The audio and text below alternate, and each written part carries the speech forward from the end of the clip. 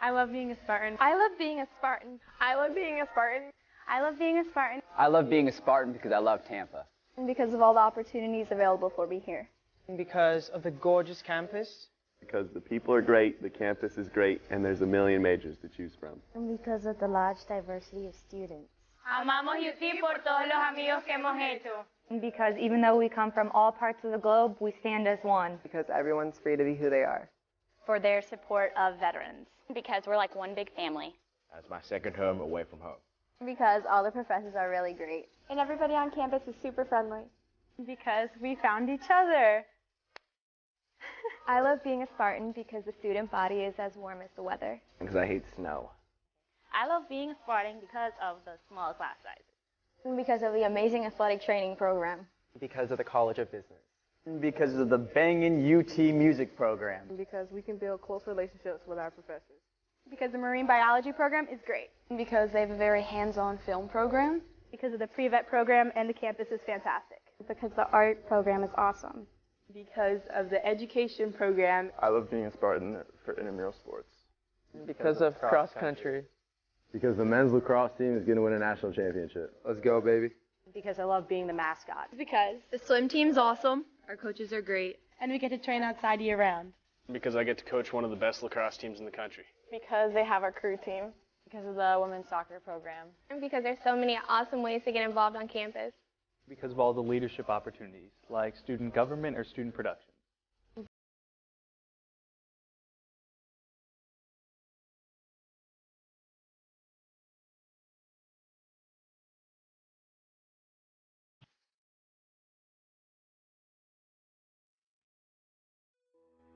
Welcome to the University of Tampa. My name is Victoria, and I'm a junior studying communications. Today we're going to be visiting some of my favorite off-campus spots that make the Tampa Bay area special. A short walk across the bridge from campus, you'll find Curtis Hickson Park. Located in downtown Tampa, it serves as a popular spot for concerts and festivals. Next door is the Tampa Museum of Art and Glazer Children's Museum. In addition, check out Tampa's Riverwalk, a downtown biking and walking trail that links 5 museums and 7 parks. Just a couple of blocks away is the historic Tampa Theater, a restored movie theater from the 1920s. Tampa's downtown business district, with 18 skyscrapers, is a great place for internships. From here, catch a trolley over to Ybor City, Tampa's historic cigar-making district. Along with lots of restaurants and music venues, Ybor offers a movie theater, museums, shops, and an active nightlife scene. In the mood for some shopping? Take a stroll through Hyde Park Village, an outdoor shopping district with high-end shops and restaurants. For a more traditional experience, International Plaza and West Shore Plaza are both within 4 miles of campus. All shopped out? Nearby you'll find beautiful Bayshore Boulevard, home to the world's longest continuous sidewalk. This 4.5-mile path is ideal for walking, running, or biking, and keep an eye out for dolphins and stingrays in the bay. Any hockey fans out there? The Amalie Arena is home of the Tampa Bay Lightning. In addition, the arena hosts over 150 concerts and events each year. If football's more your speed, come see the Tampa Bay Buccaneers at the Raymond James Stadium.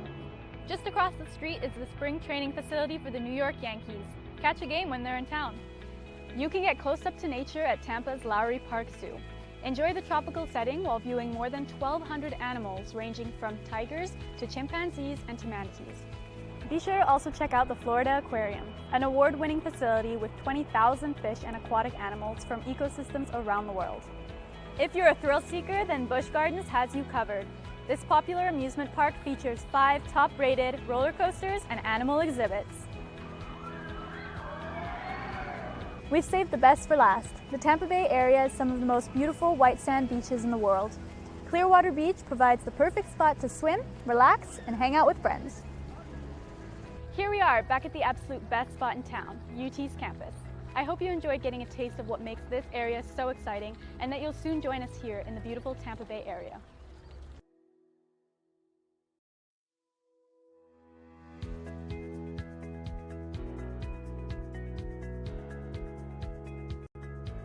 Welcome to the University of Tampa. My name is Tucker Whitman, and I'm a junior marketing major here at UT. Today we're going to look at some of the highlights of our beautiful Riverside campus here in downtown Tampa. We'll start at Plan Hall. This historic building was opened in 1891 as the Tampa Bay Hotel, and now serves as the main academic building here at UT. with 4 floors of classrooms as well as faculty and administrative offices. Next up, the Vaughn Center, the hub of campus life and activities. This multi-purpose building includes the campus bookstore, our primary cafeteria plus an additional food court, a theater, as well as offices and meeting rooms for student organizations. The Vaughn Center is also one of UT's residence halls, providing 5 floors of student rooms. Morsani Hall is another residence hall here at UT. In addition to housing approximately 450 students, this building offers another selection of eateries as well as a small grocery store. Now let's check out the Sykes College of Business. This academic building houses classrooms and faculty offices for UT's undergrad and graduate business students. This building also has a real-time stock trading room. Right next door is the Sykes Chapel for Faith and Values. This gorgeous interfaith chapel features a large main hall complete with a massive pipe organ, as well as meditation rooms and meeting rooms. Student healthcare is a major priority for us here at UT. The Dickey Health and Wellness Center is accessible to all students and provides high-quality services including basic medical care, counseling, and wellness programs. On the east side of campus, you'll find the McDonald-Kelsey Library. Here, students can learn from a large collection of books, periodicals, and digital databases. They can also take advantage of our numerous study rooms and computers. The Academic Success Center is another great resource for students. This is your one-stop shop for academic advising, coaching, and tutoring services. Whether you're a seasoned athlete or just want to shoot some hoops, the athletic facilities here at UT are hard to beat. The Bob Martinez Athletic Center includes a large gymnasium, a weight room, and training facilities. In addition, the campus features an aquatic center open year-round, 6 tennis courts, baseball and softball fields, a 1,500-seat stadium, as well as a lacrosse field and intramural complex. Need a break from studying? Head to Falk Theater and catch a play. This 1,000-seat historic theater serves as a home for all major performances made by UT's Department of Speech, Theater and Dance, as well as special guests. This is one of UT's newest facilities, the Innovation and Collaboration Building. Here you will find UT's very own Starbucks. In addition, classrooms, cybersecurity labs, study lounges, and the Loth Entrepreneurship Center, designed for student entrepreneurs to launch their startups. Thanks for joining me today.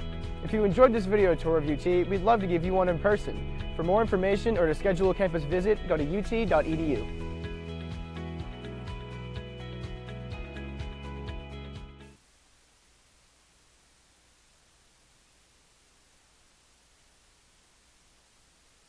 Amazing new iPhone 8 is at AT&T, and we know you'll love it. Because we know you want more.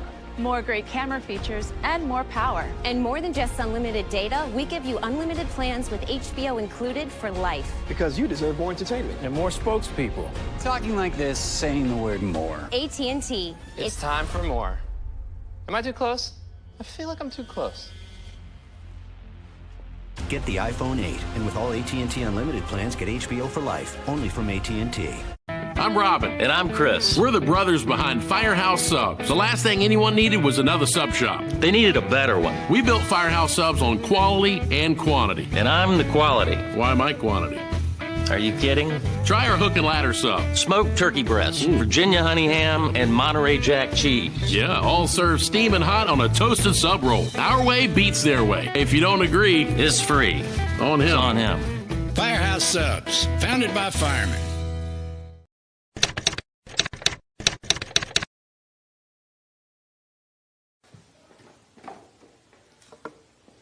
Now.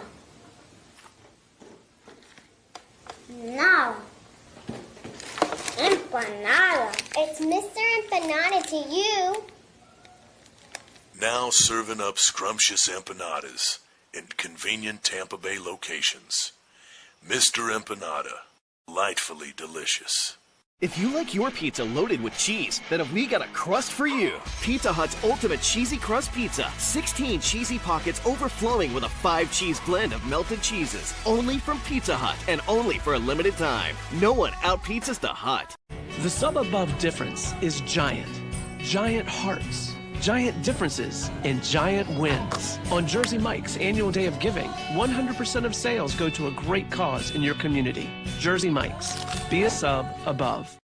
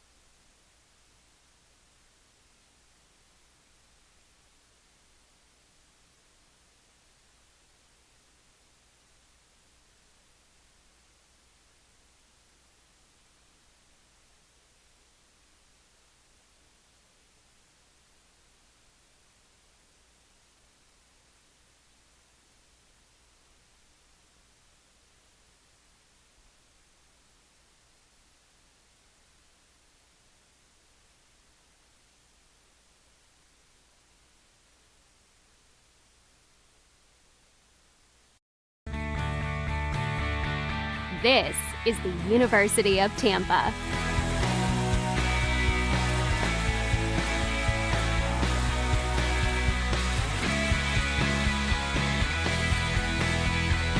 Explore your dreams. Discover your talents. Get ready to invent, innovate, and be a leader. This is the University of Tampa.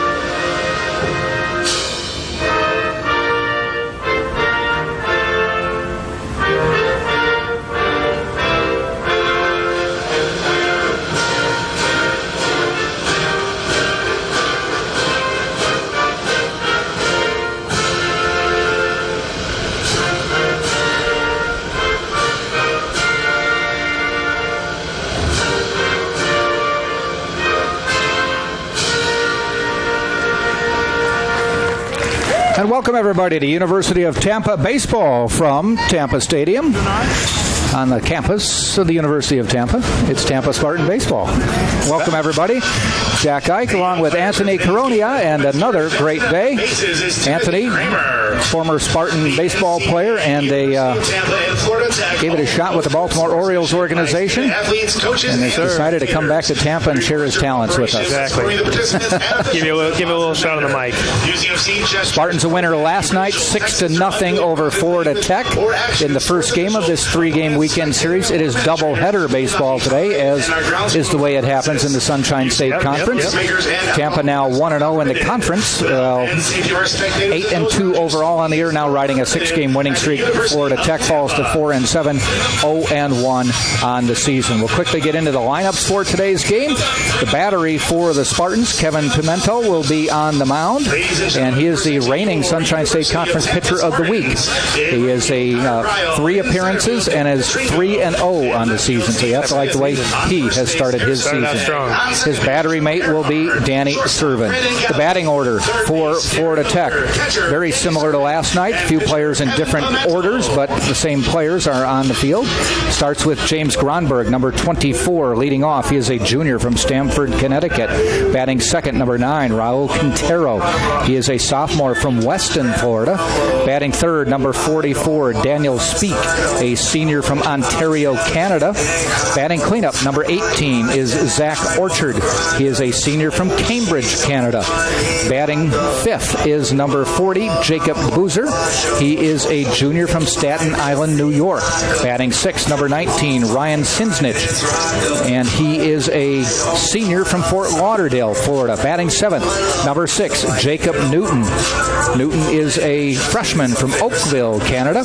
Batting eighth is number 9, Vincenzo Catanza, number 22, and he is a sophomore from Longwood, Florida. And batting ninth is the DH, Pearson Reynolds, number 8, and he is a freshman from Wellington, Florida. On the mound will be Sam Crocker for the Panthers. He comes in with his 4th start of the season. He is 1-1 on the year. Umpires for today's game: behind the plate, Gary Benton. On the bases, Timothy Kramer. On the mound for the Spartans, as we mentioned, is Kevin Pimentel, and he is in his 4th start of the year. Has won his first 3, pitched 17 innings, given up 12 hits, 2 runs, both of them earned, 2 walks, 13 strikeouts, and ERA right now, Anthony, of 1.06. That's pretty good. That's not bad by any means. No, he's been having a great start to the season, so hopefully he can keep it going here. Leading off will be James Gronberg, batting 189 on the year. Spartans shut down the Panther offense yesterday. 6-0 was the final. Gronberg on the first pitch, out to Earhart. And Harrison Bragg using all 6'4" to make the catch. That's why you got to have a big guy out there. Hey, I'm never opposed to it. 1 up, 1 down. We were talking yesterday about how in the first week of the season, they extrapolate your 175 home runs. It's going to be a 27-pitch game. Yeah, we're on track. Based on what we've seen. We're on pace for a quick one. Second up is Raul Quintero, 186 average on the year. That's a strike. He just ruined our percentage. Yeah, well, we tried. We'll pitch more. On deck is Daniel Speak.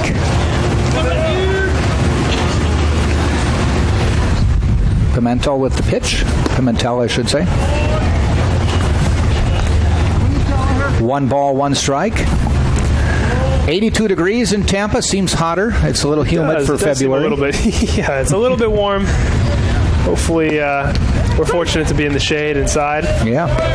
But it is warm, so. Nice this year. They have put a cover over the bleachers. Great. I tell you what, in the past years, when the sun beats down, you could fry bacon and eggs on these bleachers, literally. Those bleachers just. There's a big-time pop-up. Galley backpedaling at short. And he makes the catch. Good to see the shortstops making catches out there. Yesterday, both shortstops dropped pop-ups. Similar situations. Night sky maybe having a little impact. Sometimes it was a little windy. There's a little bit of a breeze. What a quick 2. 2 down. Head coach for the Florida Tech Panthers is Greg Berkemeyer. His assistant coaches are Matt Mercurio and Nick Capra. First pitch to Speak, a little bit low. Speak, a 268 hitter on the year.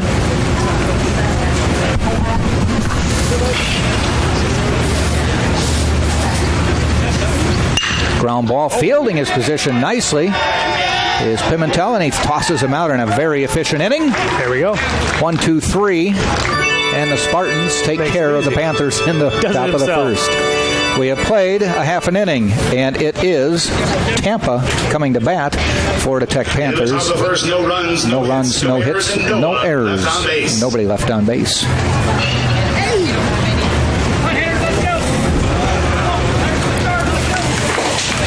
Jeez.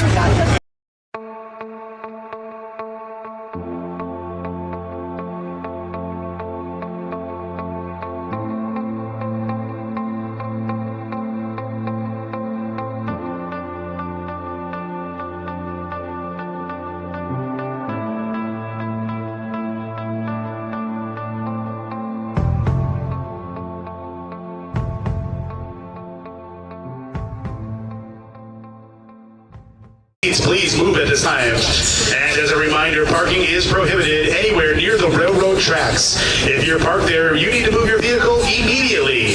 Otherwise, Otherwise, you will be subject to towing at your own expense. Ample parking is available in the West Parking Garage just across North Boulevard.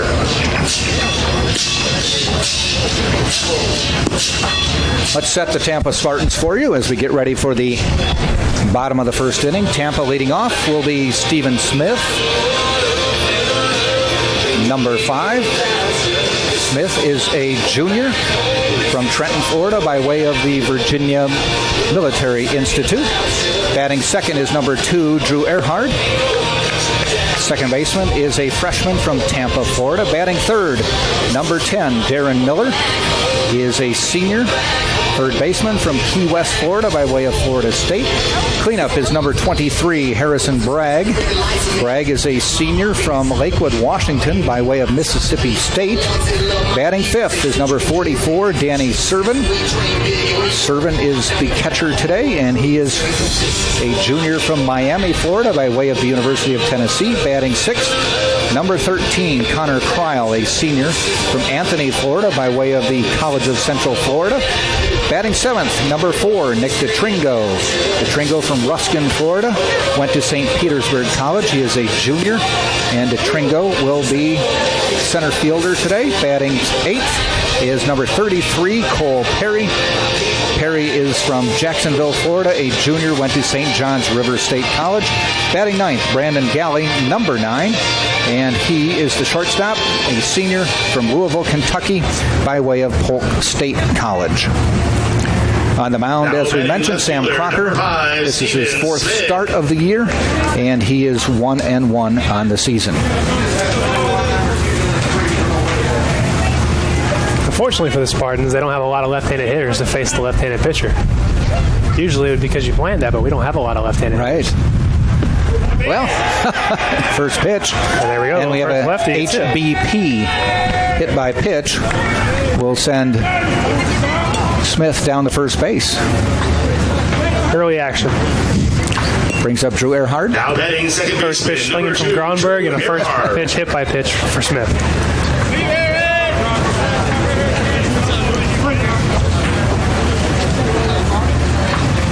So it would be on pace for 27 hit batters? We are.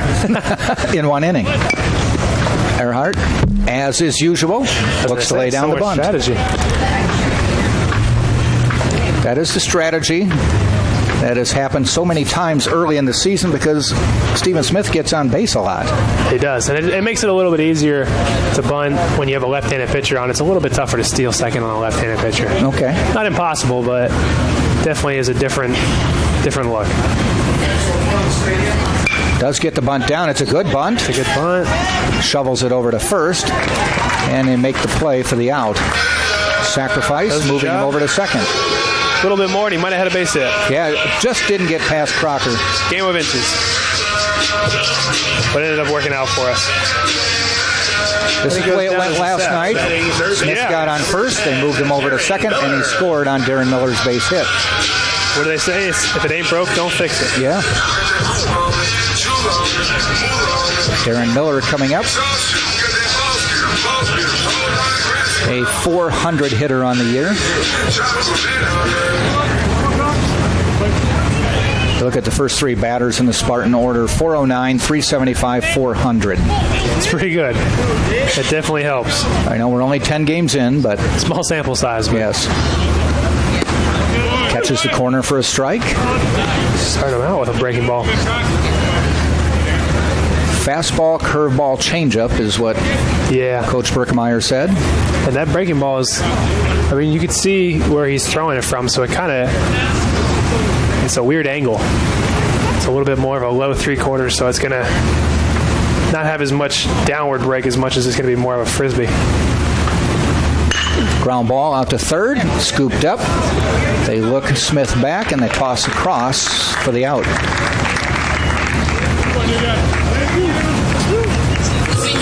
Sinsenich with the play at third.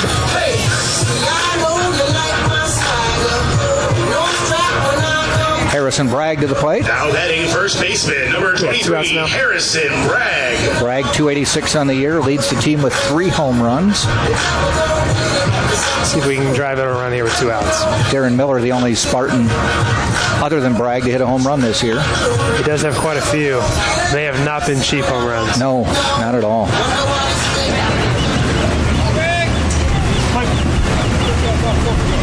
See if he can get maybe a base hit here. See if they can keep the trend of scoring early. Yeah. Crocker sets and fires. Bragg fouls it off.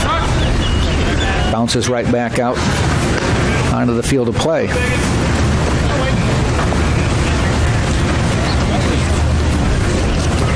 We'll let you know about our broadcast setup here. Our camera is static. It does not move left or right, up or down. The shot you're seeing is the shot you're going to get. We've just got a really tight confines up here. So if the balls do go into the corners, we will keep you apprised of what's happening.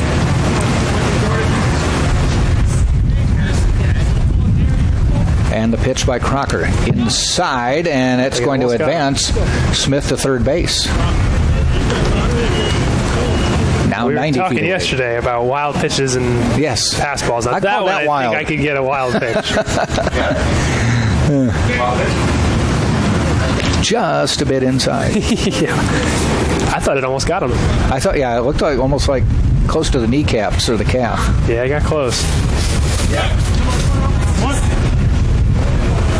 But something positive came out of it for the Spartans, at least. 1-1 pitch. Bragg waits. Ooh, took a little off it. Swing and a miss. Strike 2. Good pitch. Let's see what he does here with 2 strikes and some open bases. He's ahead of the count. So he goes back to that same pitch.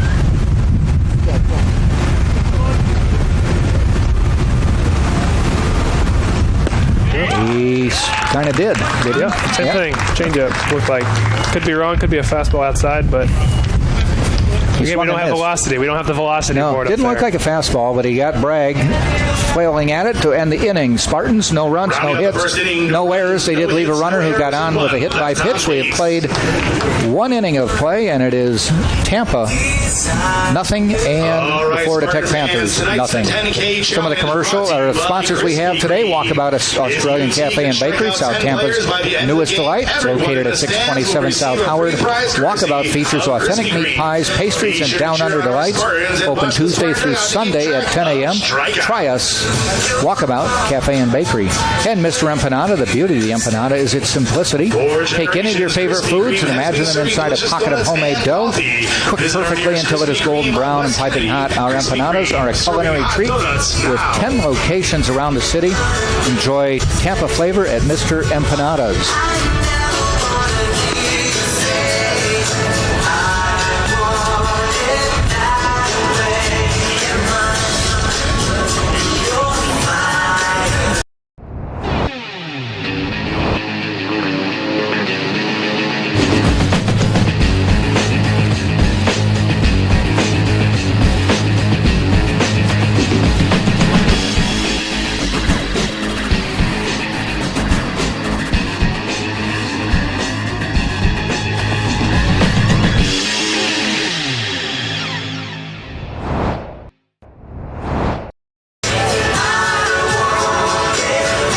As we get ready for the top of the second inning, it will be Orchard, Boozer, and Cisnich coming to the plate. Batting catcher number 18, 1, 2, 3 are the 4, 5, 6 hitters. A little bit different from yesterday. A little mixed it up a little bit. Changes, but same players, shuffled them around to different spots on the field and different spots in the batting order. First pitch mix it up fouled a little off. bit, get some different looks. See how it works out today. Yesterday in Sunshine State Conference play, as we opened the season, St. Leo a 10-6 winner over Lynn. Palm Beach Atlantic beat Eckerd 7-1. Nova Southeastern a 10-5 winner over Embry-Riddle. Florida Southern 9, Berry 2. Non-conference play, it was Rollins falling to Columbus State 6-5, the final in that one. Everybody on tap again today. Not everybody playing a doubleheader today, though. There's a pop-up going out of play. Who isn't playing doubleheaders today? Who is not? St. Leo and Lynn are playing today and tomorrow. Interesting, especially because it's an in-conference game. And Rollins and Columbus State are playing today and tomorrow.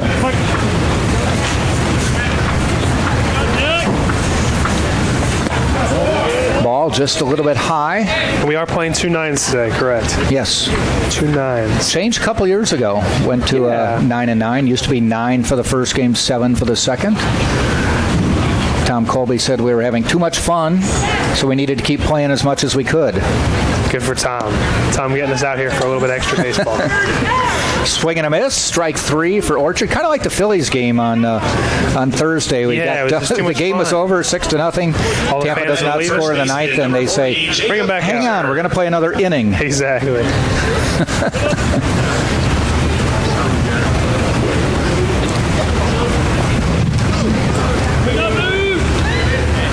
Now batting is Boozer. 370 average on the year.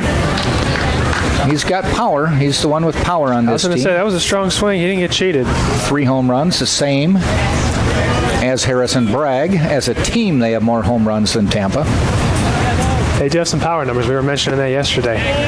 Tampa kept them in check yesterday. They were able to. We had some good, strong, solid pitching performances from double-digit all 3 strikeouts. Of our guys. Yeah. All 3 of our guys. Started with Beck, Leisure, and LeBron. Yeah. They shut him down, which was big. Makes it a lot easier on the offense and the defense when that's happening. Cohen pitched well for Florida Tech. He did. He got a lot of strikeouts himself. Spartans were persistent. 1 ball, 2 strikes to Boozer.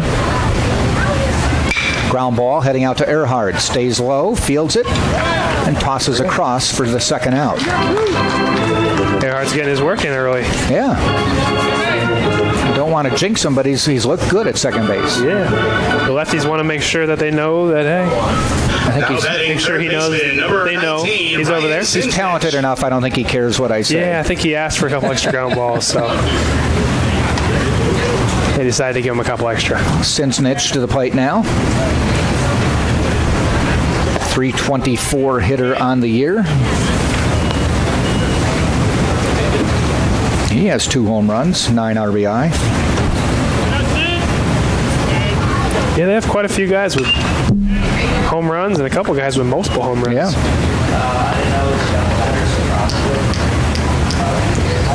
One thing I noticed, if you look at their lineup sheet, is they coax a lot of walks out of pitchers. They do, and that's huge.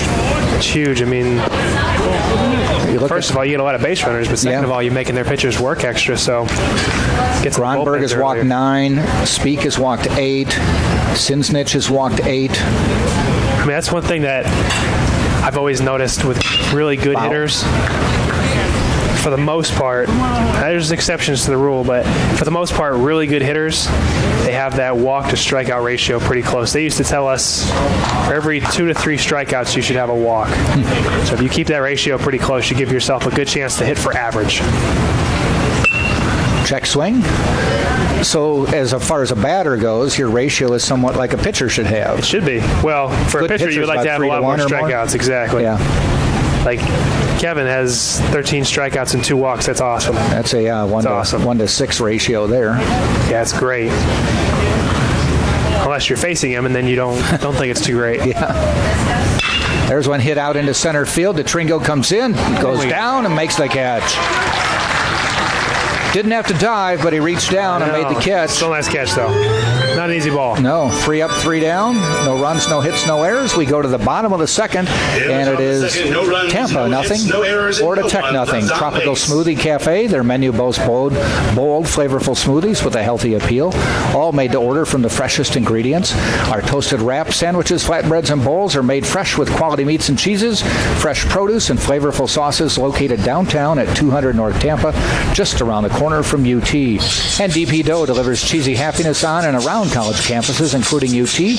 For calzones, wings, and breadsticks, order online at DP Dough online. They are open late. 627 South Howard. Walkabout features authentic meat pies, pastries, and down under delights. Open. This is the University of Tampa.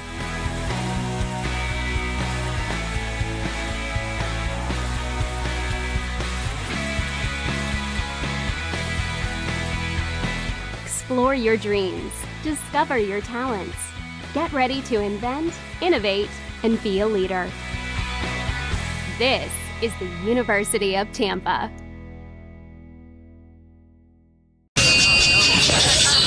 Bottom of the second we go. Spartans will send up Servin, Cryle, and DeTringo.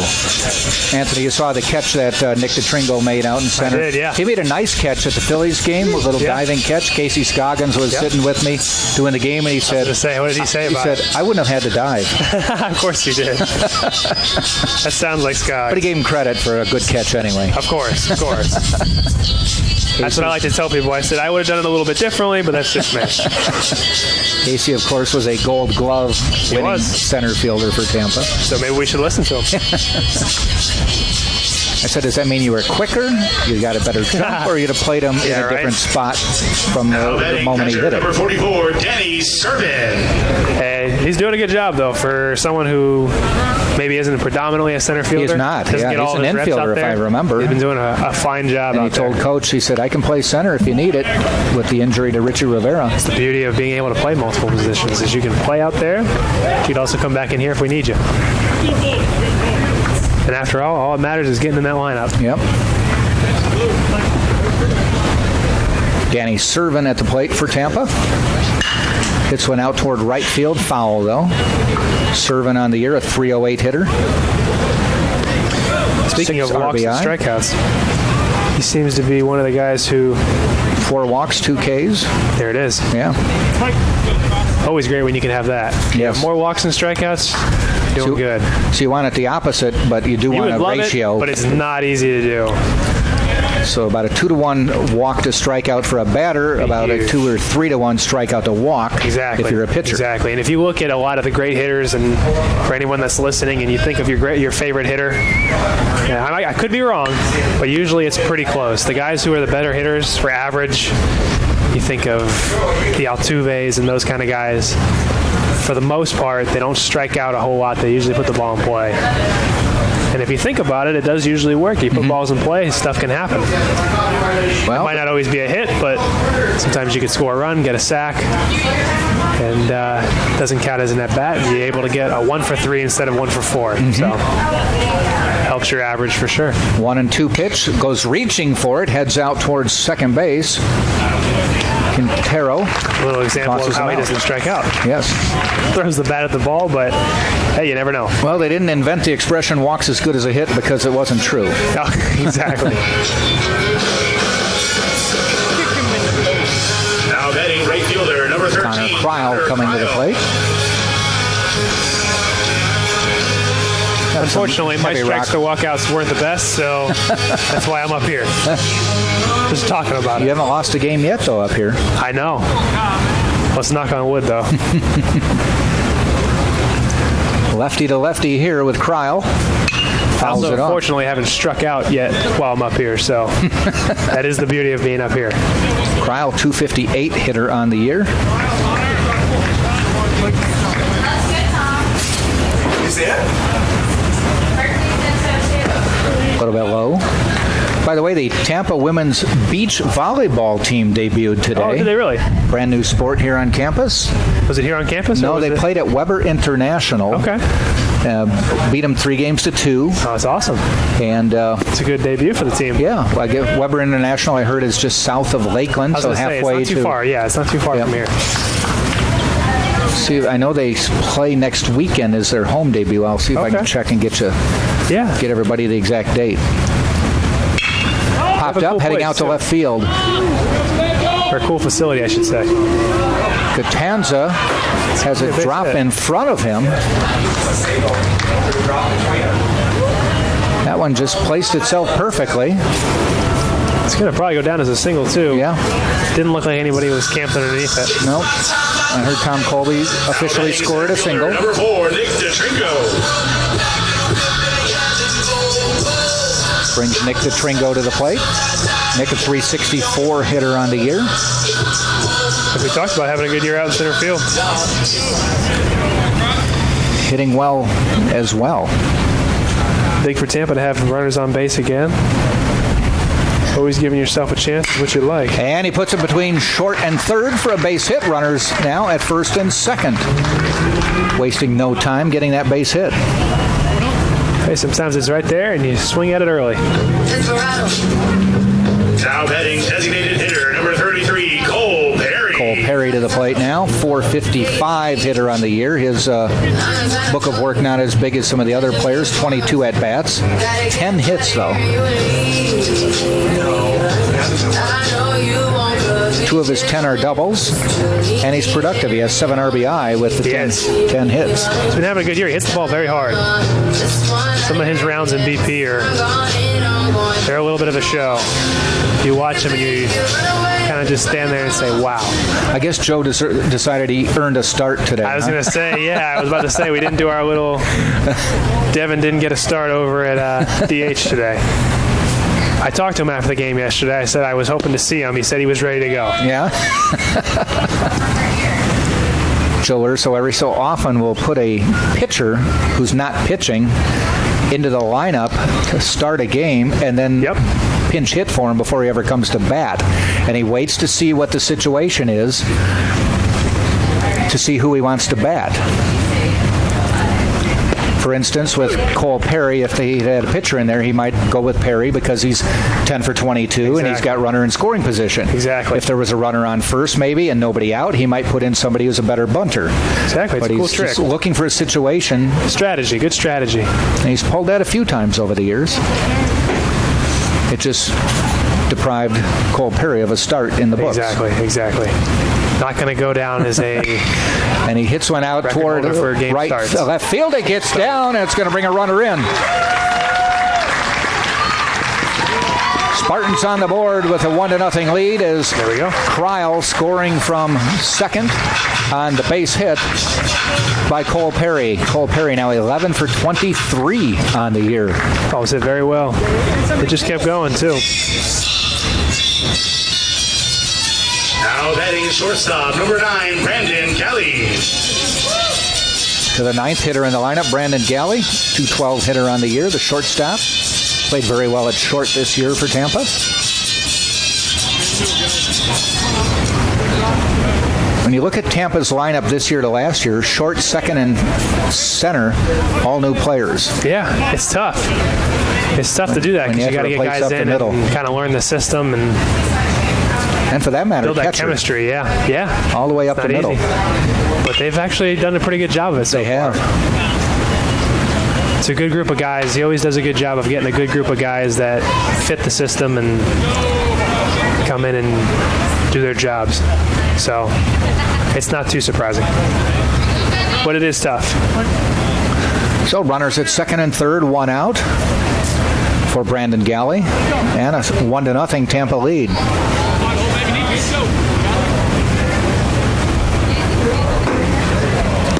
A little bit outside.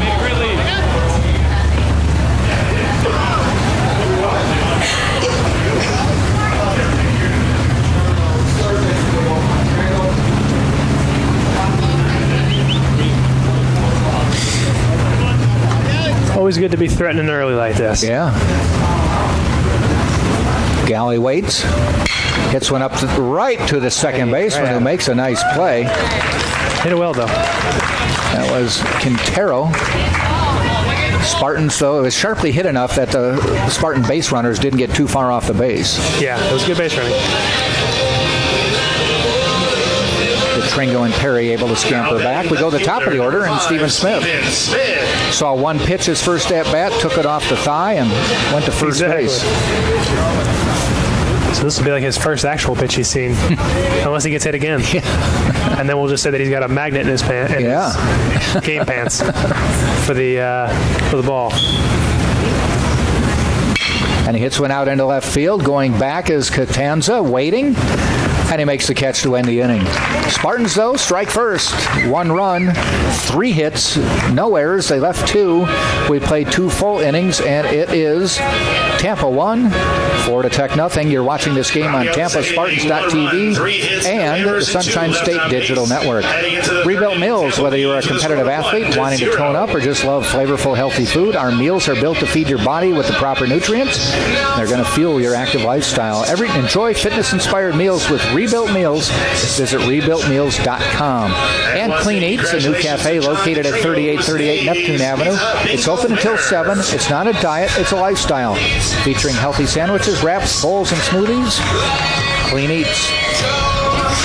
Make sure you call Pizza Hut at 251-3399 to get your pizza delivered to UT today. Fielder. It's all on me for mentioning 11 innings of shutout baseball. I wasn't going to say any names. One I was just pitch gonna, and that. Just going to say it might be somebody. If we're pointing fingers. Exactly. They can't see me, but I am pointing a finger. This guy over here. I won't make any more comments. But it's early. It's early. Yes. A lot of game to be played.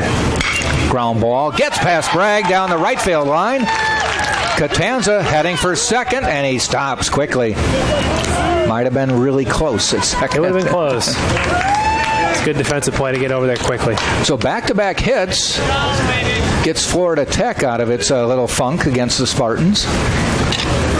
It was funny. It reminds me of a play that happened a couple days ago when we were over at the Phillies game, and Brandon Galley hit that ball down the line, similar to that ball, but on the left field line. Now batting number the left fielder was the guy I used to play against, Nick Williams, he's a prospect, great big arm. prospect, yeah, great arm, a lot of tools. And it was funny because we all thought out of the box. You're so used to seeing our guys and players we play against, and he's got a double easily. And you see how fast he gets over to it, his arm, and you're like, nope, that'll be a single. Just a single. It's okay, we'll take the single. Yeah, as soon as he hit it, it went over the bag at third, and you're like, wow, that's hugging the line. That's going to... No, there was not even a thought about going to second. I think there might have been for a second out of the box, and then he realized quickly. Yeah. Not only did he get there quickly, they decided not to challenge the arm either. Oh, no. Other throw. But the comparison there is that Connor got to that ball pretty quickly and was able to get it in, pull him to a single, which is huge. Catanza, no stolen bases this year, but 2 throws over. Pearson. Take that back, Reynolds. Pearson Reynolds at the plate.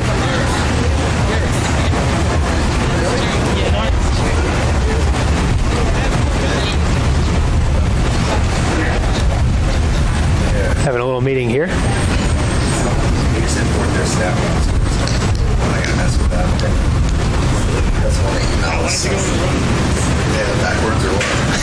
Not sure what they're talking about, but it might be something to do with... Now they're going out to the mound after Greg Berkemeyer had a little discussion. Now they're checking the baseball. They don't like... they're checking his hands, and Joe Urso is out there as well. Can we send you out there real quickly? Yeah, right. Just saying I'm a coach. It might be something on his wrists, or... Does that mean they didn't like the way the ball was moving a little? Yeah, I think a lot of times pitchers will go to their wrists because they'll put a little bit of rosin or something because they get a better grip. Especially with a day game like today, you can be a little sweaty. But the idea, or at least from what I understand of the rules, is you always have to go to your pants. So you can wipe your wrists, you can get your tongue a little bit to get a grip, but you always have to go to your pants at least before you grip the ball.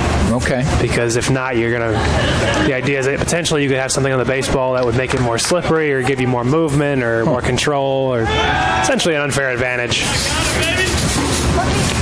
So I didn't notice it, but he might have gone from his wrist to the ball, or it might have looked like he had gone to his wrist to the ball or something like that. I think Coach Berkemeyer pointed it out, so they just wanted to make clarification. Yeah, just to keep an eye on it. Serving with the block. And because I am the king of worthless trivia, which I think may be redundant, but worthless sports trivia, when they banned the spitball in, I believe, the 1920s, anybody who was known as throwing a spitball was grandfathered and could continue to throw the spitball for the rest of their career. Really? Got the bunt down. This may be tough. Oh, nice fielding job. That was a good play, very athletic play by Tell with a nice job. Kevin. They do move the runner over.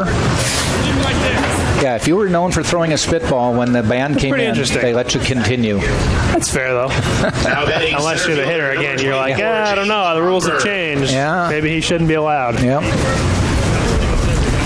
So now I've enlightened you on 2 facts from about 100 to 150 I know, years now old. I know. Drop third strike and the spitball. Well, I believe they did. They outlawed that when the dead ball was kind of ending. The dead ball era was kind of ending, and so when they took the mound down a little bit, I think they moved it back a little bit too. There's one hit out into left field. That may fall, giving races a Chases Smith. That's going to fall in for extras and score the runner from second is Catanza, and it is a 2-1 Florida Tech lead. They take the lead for the first time this weekend. Took a little chapter out of the Tampa book. Yeah. Get them on, get them over, and get them in. I got to write that down again. It'll come to you. Another sign, that ball is it's going out to left field. It just, when a ball gets up there, there's a little jet stream up there right now, it seems like. It carried. For a second, I thought Smith might have had a chance on that ball, and then it just kept going.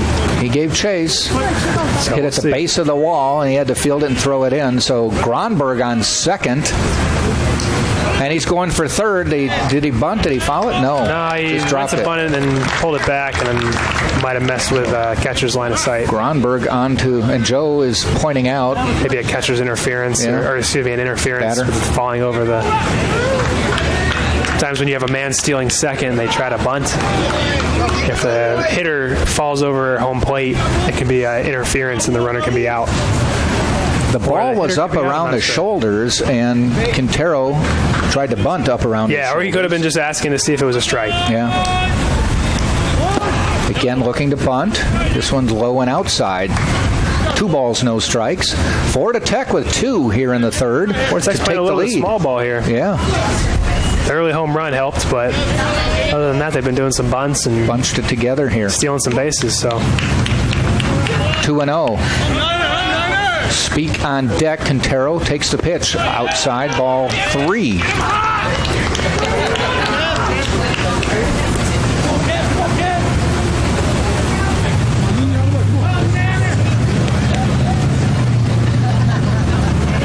And he rocks and fires. Down the middle, call strike, 3-1.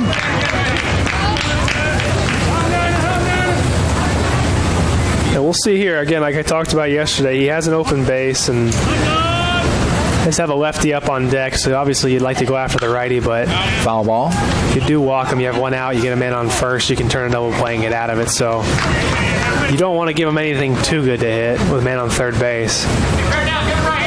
Especially if you have confidence in your catcher that he can block it up, which Servin should be able to.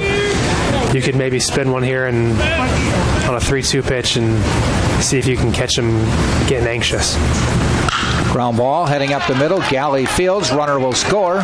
2 outs. 3-1 Florida Tech. That's how you draw it up. Yeah, at least they got an out and he gets an RBI. So, see, now I always think it's odd, and I complained about this one time to no one in particular. If he'd have hit that to center field and the runner scored and tagged, it's a sacrifice. Yeah. He basically did the same work. Yeah, it's interesting. If he'd have bunted and got thrown out, it's a sacrifice, I believe, too, right? Up the middle, base hit. Florida Tech bats have come alive a little bit this inning. Speak with the base hit there. And we'll bring Zach Orchard to the plate. This is a 4-hit, 3-run inning for Florida Tech as they've come out of their slumber. They have, yeah. Again, not pointing any fingers, but someone talked about how they hadn't scored. Yeah. We figured that out. They heard you. They heard you. They have the broadcast on in the dugout. That makes sense. Said you heard what he said. Guys, listen. This is bulletin board material. Zach Orchard struck out his first time up. We're only in the third, but Florida Tech has come to life here. Yeah, they have. They have. Ball. No, call strike.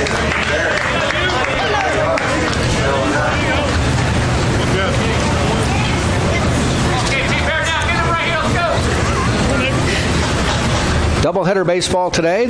After this game, about 30 minutes later, we'll do it again. Swing and a miss. Fooled him on that. Good breaking ball.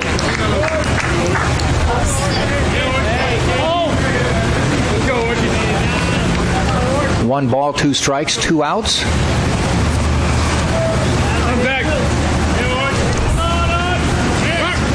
And the third out on a swing and a miss. So Orchard goes down swinging, but some damage from the bats. 3 runs, 4 hits, no errors. They do leave a base runner. We played 2.5, and it is Florida Tech leading the Tampa Spartans now 3-1. At Jersey Mike's, we offer a sub above. We have the nearest location real close to here, 2121 West Kennedy in Tampa. Jersey Mike's, a sub above. And the Courtyard by Marriott is simply refreshing, located at 3805 West Cypress in Tampa. It is an official host hotel of University of Tampa Athletics. You're watching this game on TampaSpartans.tv and the Sunshine State Digital Network. All SSC, All South Region, and All American pick. Also, his number 3 was retired by the University of Tampa Spartans. Who is he? Be sure to tweet your answers to @SpartacusUT for your chance to win a prize courtesy of Clean Eats.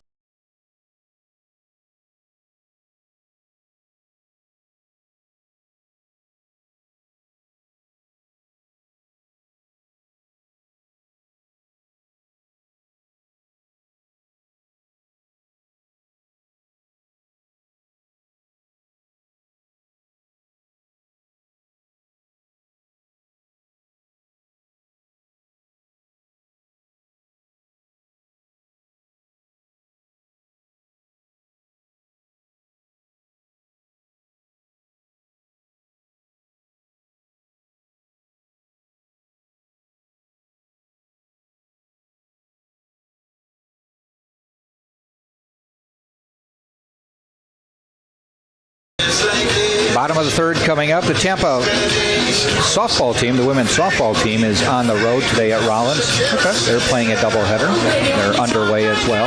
Is there a score update yet, or they just... Pardon? Is there a score update yet, or they just started? I do not know. I'm just looking at a tweet. It says 1 hour ago that the game would start in 20 minutes. So okay, there might not be a score yet. 40 minutes into it. Number 2, Drew Earhart. And also the basketball teams end the regular season today. I was going to say, they must be coming up close to the...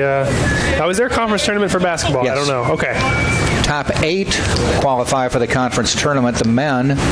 There's a solid base hit by Drew Earhart. Follows it very well. And he's going to round first and come back. The teams are both at Barry today with games at 2 and 4. The women's game has taken on really big importance. About a week ago, the Spartans were somewhat comfortably in 4th place. The top 4 teams get home games for the quarterfinals. I was going to ask, is it 5 through 8? They're all on campus quarterfinals now. Okay. Top 4 get to host against 5, 6, 7, and 8. Right. Well, a week ago, Tampa was 10 and 8. And in 4th place, and next best was 8 and 9. So Tampa there's a long foul ball. Tampa had what appeared to be a 2-game lead. Right. Well, since then, Tampa has lost 2. Barry has won 2. So they are now tied. So this is a big for game. 4th and 5th, and today they're playing Barry. Okay. So the 2 teams who are tied for 4th play today at Barry. Who plays? And the winner gets a home game to host the other team. I was going to say. They will host ground ball right back. Crocker throws it away, and the base runner is safe. Earhart got in as Crocker's throw pulled him off the bag. Yeah, a little bit off. Good break for the Spartans, but tough break for Florida Tech. That'll go down as a throwing error. A double play ball. Potentially a double play ball, yeah. Looks like it might have had a chance, but now we're at 1st and 2nd with nobody. And Harrison Bragg, Baseman number 23, who we may want to point out, I wonder if he checked the wind direction and that it is in his favor. I was going to say, I'm sure he enjoys that wind direction. Not that he needs it. But we'll see what happens. They stayed away from him earlier with some off-speed pitches, so we'll see if they continue that trend. So as far as men's basketball goes, the men's team is in 10th place, will not be making the postseason tournament, so the season ends this afternoon. I got you. Ball outside. So once they do the quarterfinals, then the Final Four plays at a neutral location, or is I believe it's the first place team, or they bid on being a host school. Okay, that makes sense. I was going to say, I wondered if anybody was hosting or. I'm not That's sure an interesting setup. I mean, first it makes place, sense. or you can. It's kind of cool how they do it though, because they used to pick a neutral site. They used to go to Lakeland. Ground ball towards short, bobbled. Not going to get anybody. Bases are loaded. A couple of tough errors there. I would call that an E6. Oh, it's an E6. Yes. That's an E6. It's a couple of tough errors that are going to put Florida Tech in a little bit of a tough spot here. Greg Berkmeyer coming out to talk to his infield. Nobody up in the bullpen, so it's a strategy call here. Yeah, he's probably going out there just to tell the guys that, hey, everybody settle down, take a breath, take care of the baseball, catch it and throw it. We're going to get out of it. If you're Tampa, you're hoping not, but. It'll be Danny Servin to the plate. So we'll see what happens here. The base is full. A big threat again. They had one last inning with a second and third, but see what happens here with the bases loaded, nobody out. So Earhart with a single. Darren Miller with a grounder to second, or a ground ball to the pitcher. His throw to second pulled the fielder off the base, so Miller and Earhart were safe. And then Bragg with a ground ball to short, bobbled, and the bases are loaded. Now batting catcher number 44, Danny Servin. Now Danny Servin, he grounded out to second base his first time up. The heart of the lineup to have the bases loaded. Not a bad position to be. Yeah. Playing him pretty much straight away, a little bit drawn in. And the first pitch is low. Now again, Servin's a pretty patient hitter, so hopefully he can lay off some of the junk they're going to throw, which they will probably throw a little bit with the bases loaded. And we'll see what happens. Like that first pitch was. Something maybe a little bit off speed down low. And another one a little bit low. 2-0. Another off speed pitch. Servin doing a good job of not offering. But now we got 2-0. See what happens here. 2 balls, no strikes. Servin waits. Crocker fires. Ground ball up the middle. They get one. The relay. Double play. Run scores. Looked like the mound visit was a pretty good mound visit then. Yeah. Unfortunately, Servin hit it in a perfect spot to turn 2. Now batting right fielder number 13, Connor Cryle. We'll get a run across. Double play, wipes out 2, run scores. Tying run now on third for Connor Cryle. 3-2, Florida Tech leads. To Tampa, you'd like to get this last run. Crocker has been has had a couple wild pitches today. So. True. Cryle with a base hit his first time up. Well, I should say one was a wild pitch, one hit a batter. So we'll see. Yes. We'll see what happens here.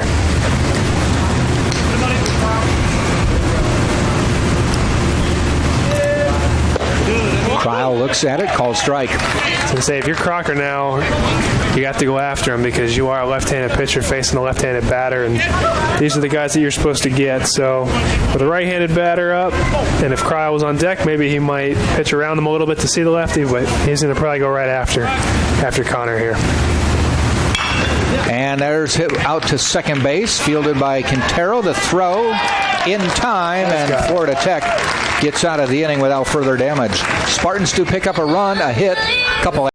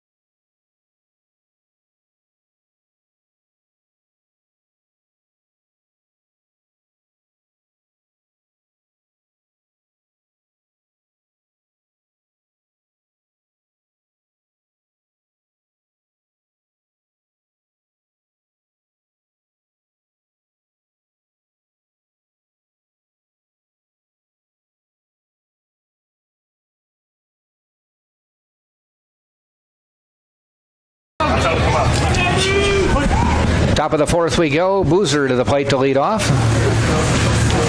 Kevin Pimentel with the pitch. A little bit high outside. Florida Tech 3, Tampa 2. A 3-run third inning for the Panthers. Yeah, Tampa got a run back, so it helps, but definitely looked like they were going to get a couple more with the bases loaded, nobody out, but a couple of earlier opportunities that didn't become double plays and resulted in errors finally ended up being a double play. A little bit inside. 3-0 to Boozer.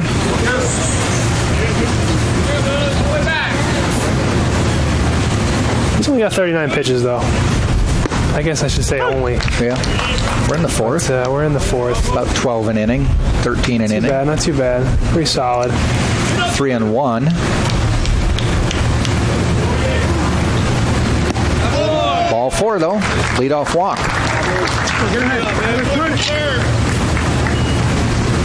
Boozer to first. Cisnich to the plate. Yeah, walks always hurt you, but we'll see what Pimentel can do here.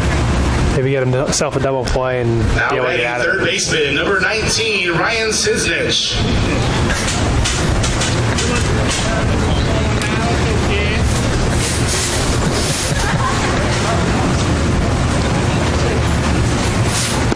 First pitch, call strike. How bad do you want one? Pretty good. So you gotta get little basket.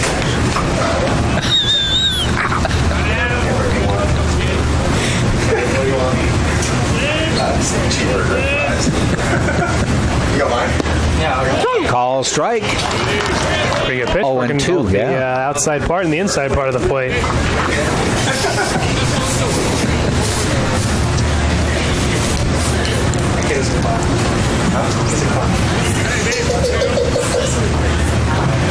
0-2 pitch coming up to Cisnich. Ground ball heading out toward Smith, Miller, I should say. He has to go to first. Yeah, it was a little bit of a slow developing play. It wasn't our fault. It's just the ball high hop. Slow. Yeah. There's times like that where it's just you wish you could, but there's just no chance. Now batting shortstop. But we got an out, so it's gotta be tough as the third baseman. Just like, hurry, come on.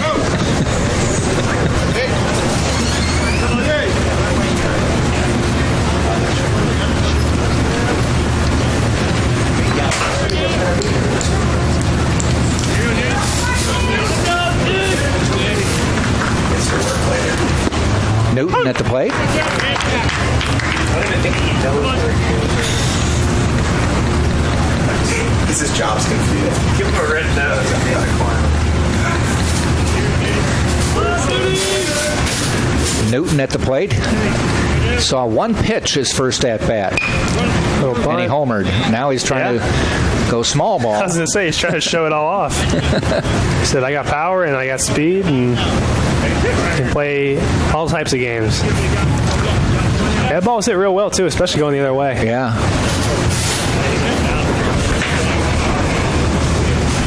I was not ever fortunate enough to hit a ball the other way for a home run. If I got it, it usually had to be pulled and down the line. Swing and a miss. I played up in Wisconsin. I played City League baseball for about 15 years. Right. I hit one home run. I bet you remember that home run. The fence down, I'm a lefty, so it's down the right field line is 320. Right. The ball went about 320 and a quarter inches. My first home run as a professional was we were playing up in Staten Island. It's actually on YouTube if you ever look it up. Okay. Which nobody will because there's only like, I think 100 views and probably like 75 of them are my mother. But I hit my first home run and it hits the top of the fence, and the field is built like Yankee Stadium, so right field is very short, and I was a left-handed hitter. And it hits the top of the fence, and in the video you can see it hit the top of the fence and bounce out. So whatever it was, if it was 309, it was 309 is how far it went. Unless you count that bounce. Catanza at the plate. Behind 0-2. They counted as a home run, and that's all that matters. It's a home run. No one knows how far it went unless I tell them. Nobody on my team came out to congratulate me. Nobody? They were laughing too hard. That's so funny. Like, come on. Ball in the dirt. Nice block by Servin. Catanza Kansas singled and scored, and the little hit parade that Florida Tech came up with in the third.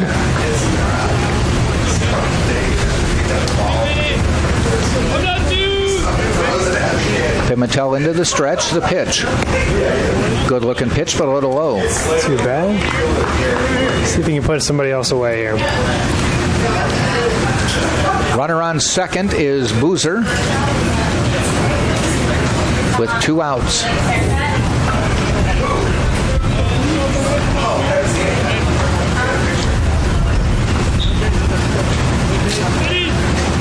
Fouled back.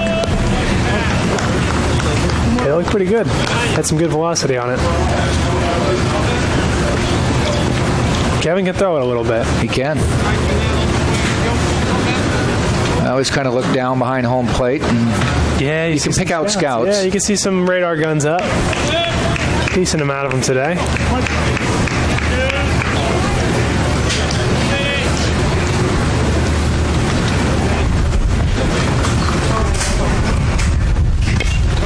Fouled off. A lot of 2s in that scoreboard. The other thing with the scouts is they just don't look like they're here to watch a game for fun. No, they look like they're here very for professional. Business. Yeah, they don't look like they're having any fun. Just business. Yep. They're not. I could be wrong. I could be wrong. They're not dressed like anybody else. They could be having a blast. But yeah, very professional. Gotta be. I don't know what is that a good life? I don't know. I've heard different stuff about it. It's a lot of traveling. Usually you have an area, though, right? You're not. Yeah, you're covering areas from California. From what I understand, and I could be wrong, but you're covering areas in specific regions. Now, this would be a good one because you're in Tampa, Florida. There's a lot of good baseball here, but it's a lot of time on the road. From one person I heard, and again, I could be wrong, but one guy told me that ground ball, like a minimum of Galley play. He beat it out. And now they've got the runner, Boozer, caught between, and they do tag him out. So the Spartans get a break. That was a heck of a play. Galley with a great play at short prevented a run by fielding it. The throw to first was late, but then Boozer was just sort of casually rounding third. I think he thought he made the play, and he was kind of just on his way back to the dugout. And then he got caught in the rundown to end the inning, so the Spartans get a break. Yeah, that was good luck scoring that one. What would that be, a 6-3-2-5? Okay, there you put go. Out, yeah. So no runs, no runs, no hits, no errors. A walk put a man on base, but he is thrown out between home and third. So we have played 3.5, and it is still Florida Tech 3 and the University of Tampa 2 right here on TampaSpartans.tv. Gus to decide who among UT's first 3 batters come out will reach base. Gus will have to choose correctly, and if he wins, he'll get a certificate to the press box. And the choices were... The sum above difference is giant. Giant hearts, giant differences, and giant wins. On Jersey Mike's annual day of giving, 100% of sales go to a great cause in your community. Jersey Mike's. Be a sub above.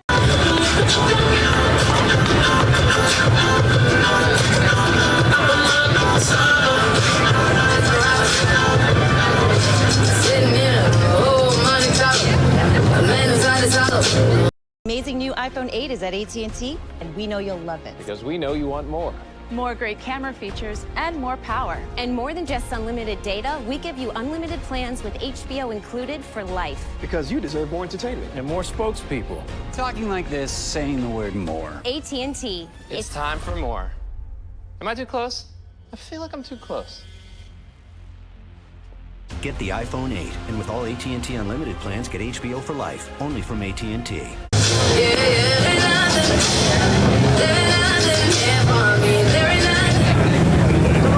All right.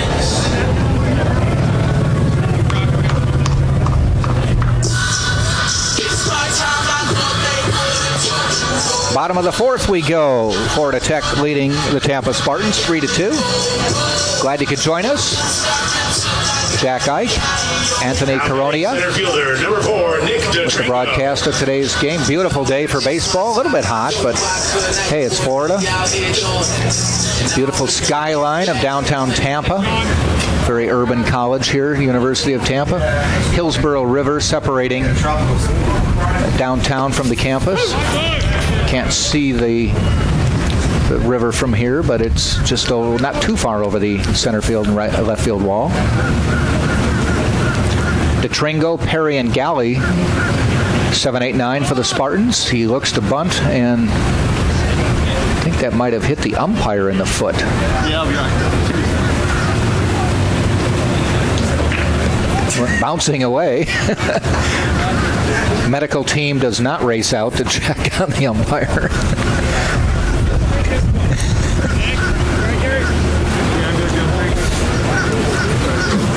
Buying himself a little time here. Hopefully they wear steel-toed shoes. I would bet they are prepared. Just they're not wearing sandals. I know that. So Crocker, the lefty, is set again to DeTringo. Ball a little bit high. DeTringo with a base hit his first time up, got all the way to third.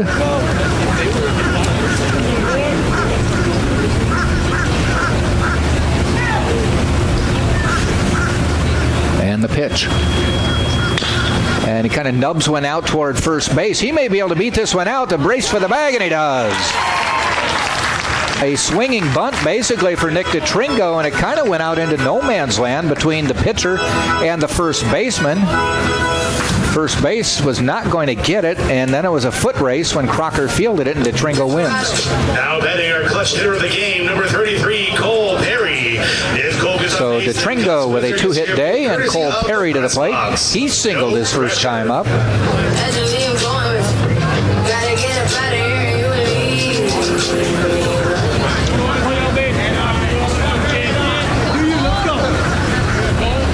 Perry actually doubled his first time up and drove in a run. And he hits a deep one to left field, getting back toward the wall, and Cole Perry has given the Tampa Spartans a 4-3 lead.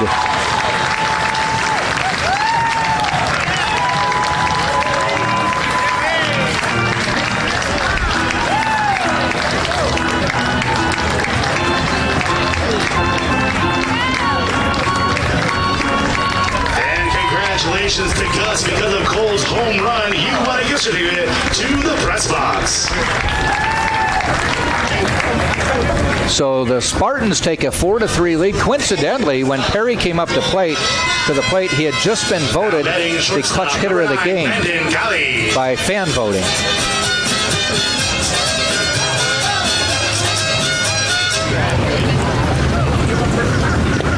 So Cole Perry with his first home run of the season, his first home run as a Tampa Spartan. Okay, now we've got to figure it out. I shouldn't talk about teams that aren't hitting, and you got to go get food. Exactly. Anthony goes down to get a couple burgers for us, and the Spartans take the lead 4-3. Exactly, and I turned around and told Casey, or I told somebody right when I was down there, and you guys can believe me or not, I said, man, the ball's flying out to left field today. And then all you heard was the click, and then turn around, and there you go, home run out to left field. Pop up behind the plate, giving chase, but it falls. We almost got a couple fans. That's a dangerous spot back there. That's why we have the big screen. We have the big screens. They can only protect you so much, though. Yeah. Just away from the big screen just comes. Basically, it'd be like being at any baseball game and having the ball go into the first 5 rows of the bleachers. Fortunately, there's not any seats there, so the ball just went straight down and back up. Sometimes when it hits the seat back, it can kind of ricochet. True. Galley gets down a bunt, fouled off. 2 balls, 2 strikes now. Smith on deck. Spartans have taken the lead as teams have exchanged home runs in this game. Yeah, the ball's flying today. But it's funny because last night seemed to be the pitching performances that were... Yes. Ground ball out to short. Newton with the throw. Today seems and to be gets it out. The opposite. The hitters came to play today. You know, I appreciated a game like last night, though, the shutout. Yeah, nothing wrong with that. I appreciate this one, too. Different styles of game for different fans of different styles. Sure, a pitcher or someone who pitched in the past would love last night's game. And someone who is a hitter would like today's game. what the casual fan would like today because a little bit more action. True. We've had 11 hits total. Yeah. 5 for Florida Tech, 6 for the Spartans. Gets down a bunt, fouls it off. Stephen Smith hit by pitch and then flew out fairly deep to left field.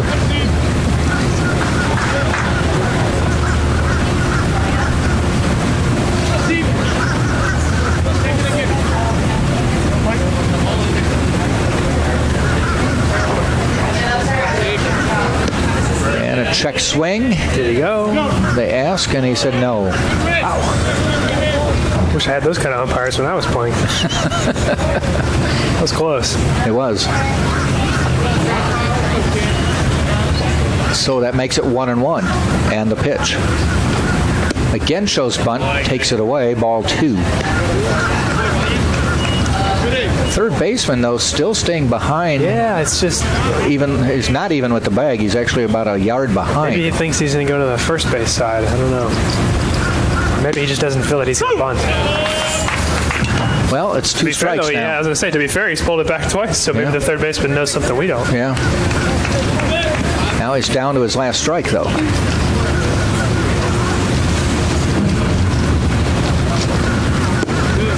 And he's called out. Fooled him. That wasn't what Stephen Smith was waiting for. That was a good pitch. It kind of just nicked the corner, but it was enough to be a strike, so can't argue. Drew Earhart to the plate. He's grounded out, singled and scored his last time up. Sometimes you just got to tip your cap and get him next step at. And Earhart gets one. It's deep toward the wall. Drew Earhart's first career home run with the Tampa Spartans. The ball was hit pretty well. Pretty well.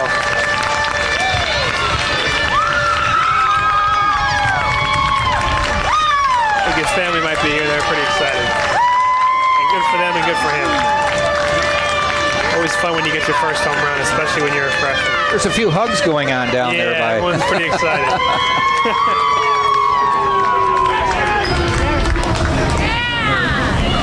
Drew Earhart's first home run as a Tampa Spartan. The freshman second baseman makes it 5-3, and a lot of high fives going on right next to the Tampa dugout. A lot of happy fans. He's a Tampa product from Wharton High School. There was one fouled off down the line. Tampa now leads 5-3. Yeah, continuing the offensive trend today. So what would you say? Are the bats coming to life, or is the wind that... those are well-hit balls no matter what. They're well hit. They're well hit, no doubt about that. And we're jumping on pitches early, it looks like, in counts when they're hitting these home runs. But I think also it just becomes a little contagious. Mm-hmm. Just kind of see your buddies doing it, and the momentum starts to swing. And that is the third home run of the day. 2 now for Tampa. 5-3 Tampa lead. And Miller with a big cut there. I think he was trying to join the... he was. To be fair, he does have a couple home runs. Is that right? He has one, I believe. Okay. Yeah, Coming Tampa's, into today. I was going to say, Tampa's kind of nearly doubled their home run total.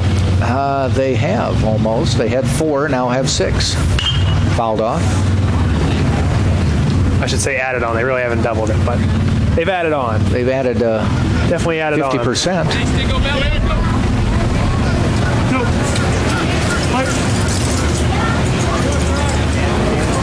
On. 1 ball, 2 strikes to Miller. And he hits one out into center field. Carrying back, but going to have room is Gronberg, I should say. And he makes the catch to end the inning. But the Spartans come up with 3 runs, 3 hits, no errors, nobody left at the end of 4 full innings and what's turning into be a slugfest. It is Tampa 5, Florida Tech 3 right here on TampaSpartans.tv. 5-3.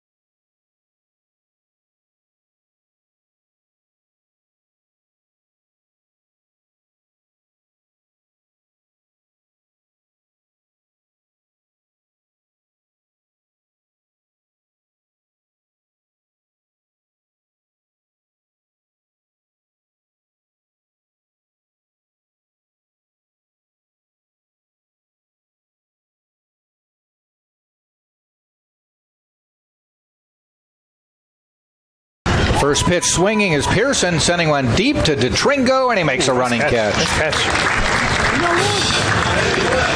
We had Pearson Reynolds listed as the DH, and it's not. Yes, that's what it's number. Showing up as. There's a Pearson Reynolds, but a Jared Pearson. Okay.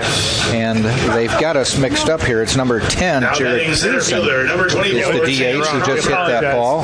Yeah, he's a freshman from Jacksonville, Florida. They had Pearson Reynolds listed instead of Jared Pearson. Right on our lineup sheet. And we accepted that because Reynolds played yesterday. And then I took a quick glance, and the numbers didn't match. Yeah. So, yes, we apologize to the Pearson family. Yeah, right? They're listening. They probably hate me and you, but... No, I'm the one who said it, so... I didn't stop you, so... The vitriol is... I'm just a blind sheep. I just follow. Follow the shepherd. It's a ball low. Speaking of that, my friend was a college basketball coach for many years, and he said when we'd fly in airports, and he said if it'd be just like 18 guys walking one after the other, and he said if the first guy walked off and fell off the plane or whatever, 17 more would do it too. They just blindly follow. Yep. Just follow the guy in front of you. Yep. This is Gronberg, who has a ground out and a double. His double drove in a run. Fouls it off.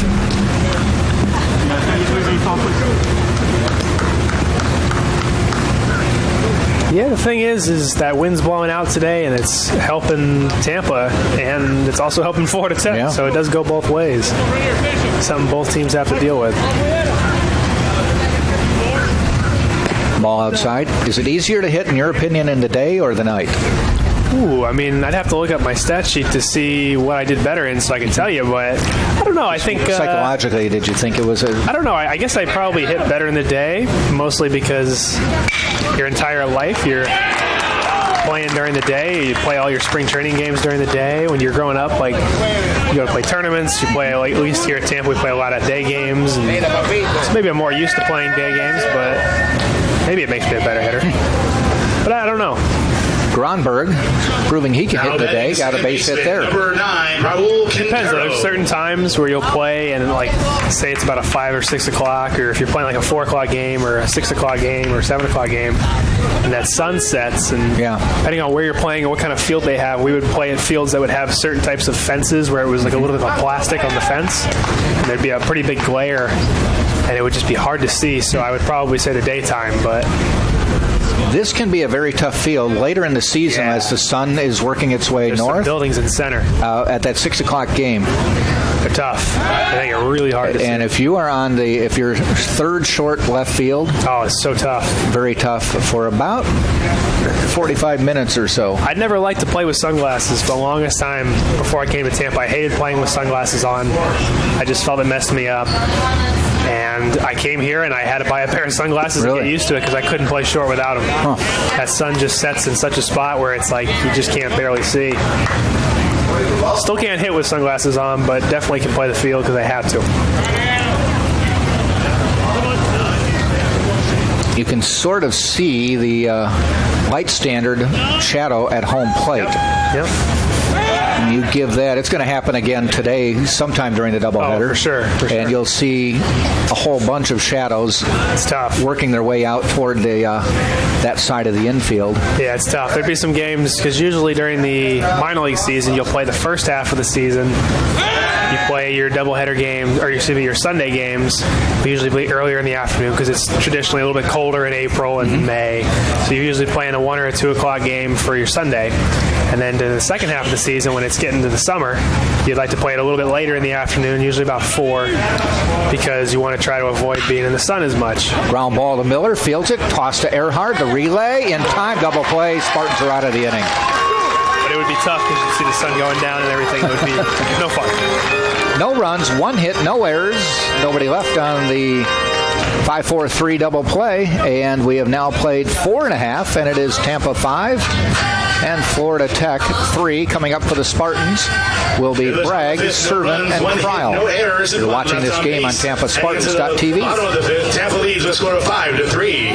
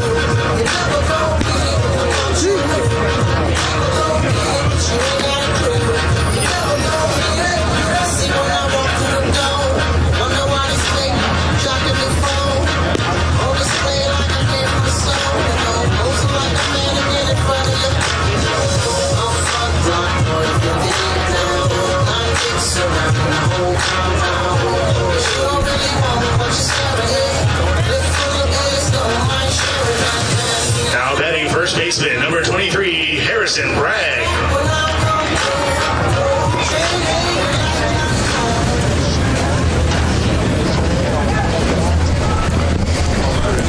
Harrison Bragg to lead off for the Spartans here in the bottom of the fifth. He is struck out and reached on an error by the shortstop last time up. Sam Crocker into his fifth inning for Florida Tech. Bragg fouls it off. Fouled it off his hip, I think. Yeah, I think he got him in the hip or nothing hard, but yeah, kind of bounced up. Fortunately, didn't get him anywhere too bad. Because those can hurt.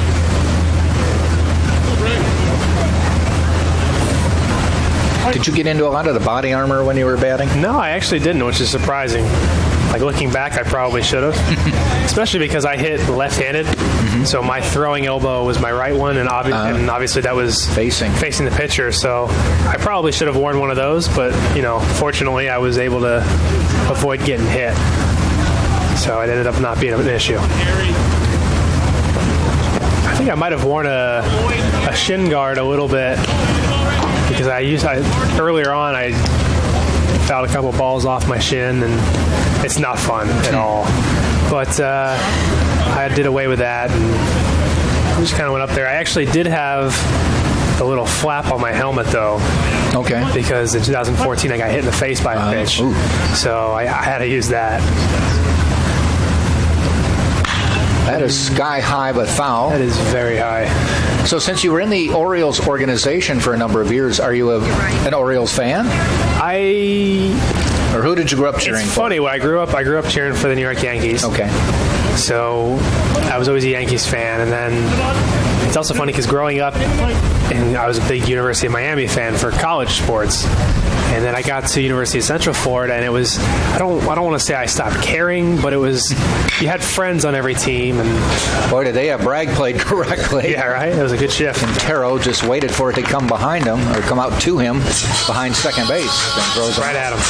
But, you start having friends on every team that you play with growing up, and play so many different teams. I stopped caring as much about. I would just cheer. I wouldn't cheer for anybody. I would just watch certain teams or certain players. And then it was kind of the same thing growing up with baseball. And then once I got into playing it, it was like, I'll root for the Orioles because they pay the checks. But now it's just, I know guys, so I'll root for certain guys that I played against that are good friends. There's a ball outside to Danny Servant. I definitely don't wish any ill will to anybody. I'm a lifelong Cubs fan, and finally was rewarded. Oh, I bet. For all my hard work. Must have been pretty nice. Must have been a good feeling. It was. There's a ball hit out into center field. Giving chase is Gronberg, and he makes the catch. That was a pretty special year for them. I have some friends who are Cubs fans. I was amazed at how many people hated that. Yeah, I wasn't a big fan. I'm not a big really? Cubs guy. Give me a break. There's two fans, and I said I don't wish ill will towards anybody. But there's two teams that, like, if they didn't win any World Series ever again, I wouldn't be mad about. And the Cubs are probably one of them. There's really no reason for it. I just have never been a big Cubs fan. I don't know why. Well, I've always told so that's people, why it doesn't really bother me too much. My dad grew up in Illinois, and he'd have abandoned me on the streets of Madison, Wisconsin at the age of 4 if I would not have been a Chicago sports fan. 100%. Yeah.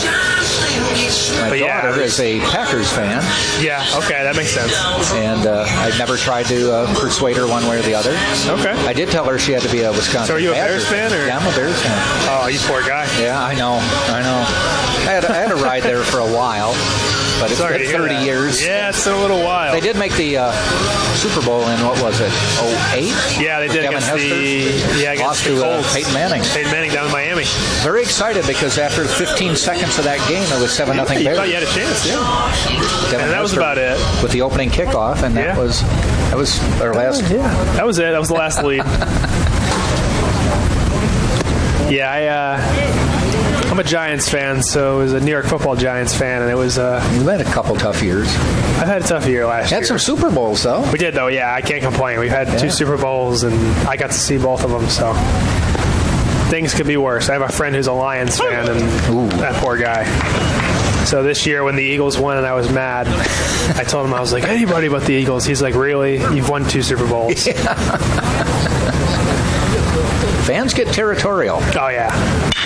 There's one up the middle, and it's going to fall in for a base hit for Connor Cryle. He's 2 for 3 today.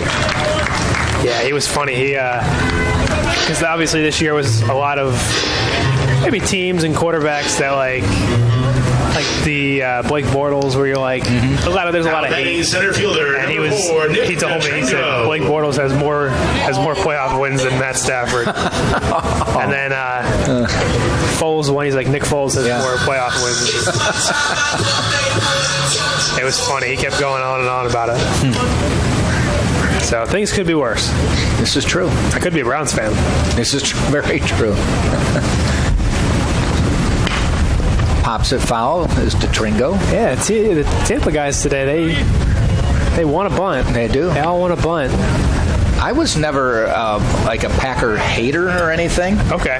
Growing up in Wisconsin, I always said it was okay if the Packers won because everyone I worked with was happy the next day. Yes, that makes sense. Those guys, they're diehard fans, they are. Too. I mean, I admire Packer fans. Yeah. It's a great franchise. It's crazy. I'd love to go up to a game up there, but... Lambeau, going an early game. I was going to say, it's going to have to be like an early September or something. It'd be fun. Took my father-in-law, who's a lifelong Packer fan, had never been to a Packer game. It was a pretty fun game? And, well, we went up for a preseason game. Okay. And I can't remember the year, but I can tell you it was the first game that Aaron Rodgers played after Brett Favre was told he was no longer welcome with the Packers. Yeah, right. And it was just a preseason game, but he was booed so much. They probably weren't too thrilled. And it wasn't his fault. Yeah, it's not like he said it. Oh, my God. Give the guy a break. Little did they know. I think he's done okay. Little did Packer fans know who they got. Yeah. My father-in-law's, why are they booing him? Like, because he's not Brett Favre. Exactly. But why should that matter? Brett Favre didn't want to play here. Yeah, it shouldn't, but it does. To come back. It definitely does. Yep. Yeah, I have no issues with the Packers. I don't mind them. I liked watching Aaron Rodgers. It's a good franchise. When they won that Super Bowl, and he's fun to watch. Exciting player. Except when they beat my New York Giants last year in the playoffs.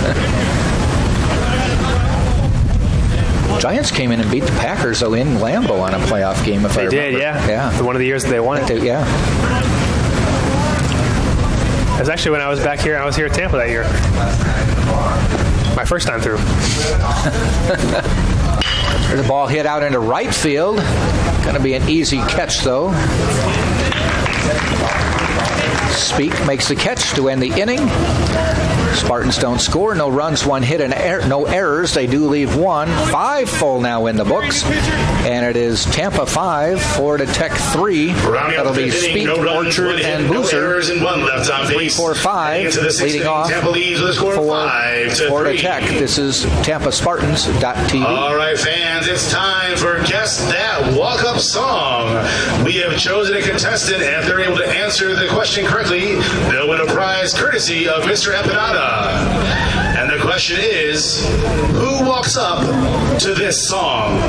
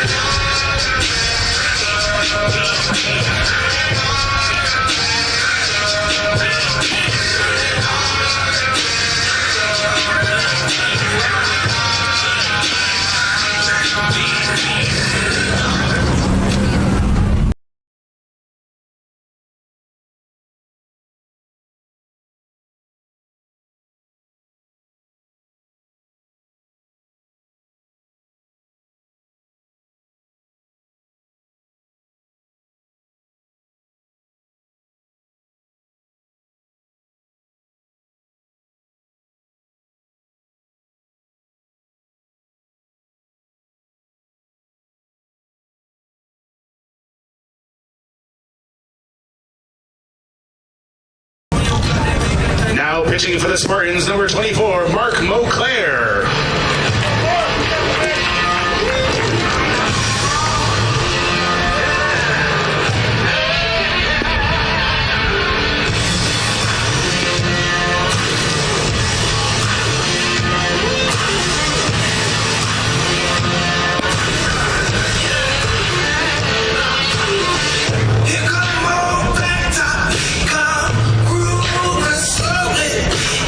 Top of the 6th inning we go. Spartans are making a pitching change. The day is over for Kevin Pimentel as Mark Moclair coming out for Tampa. And the book on Mark to this point in the season. This is appearance number 4. He's got 1 win, 1 loss, 1 save, 12 innings of pitching, given up 3 hits, 1 run. It was earned. He's walked 3, struck out 20. Has an ERA of .75.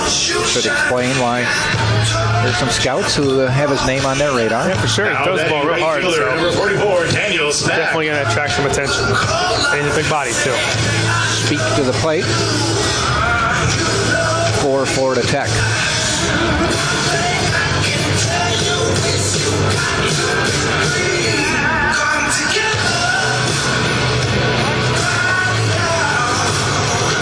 Do you do anything differently when it's a new pitcher based on how they pitch?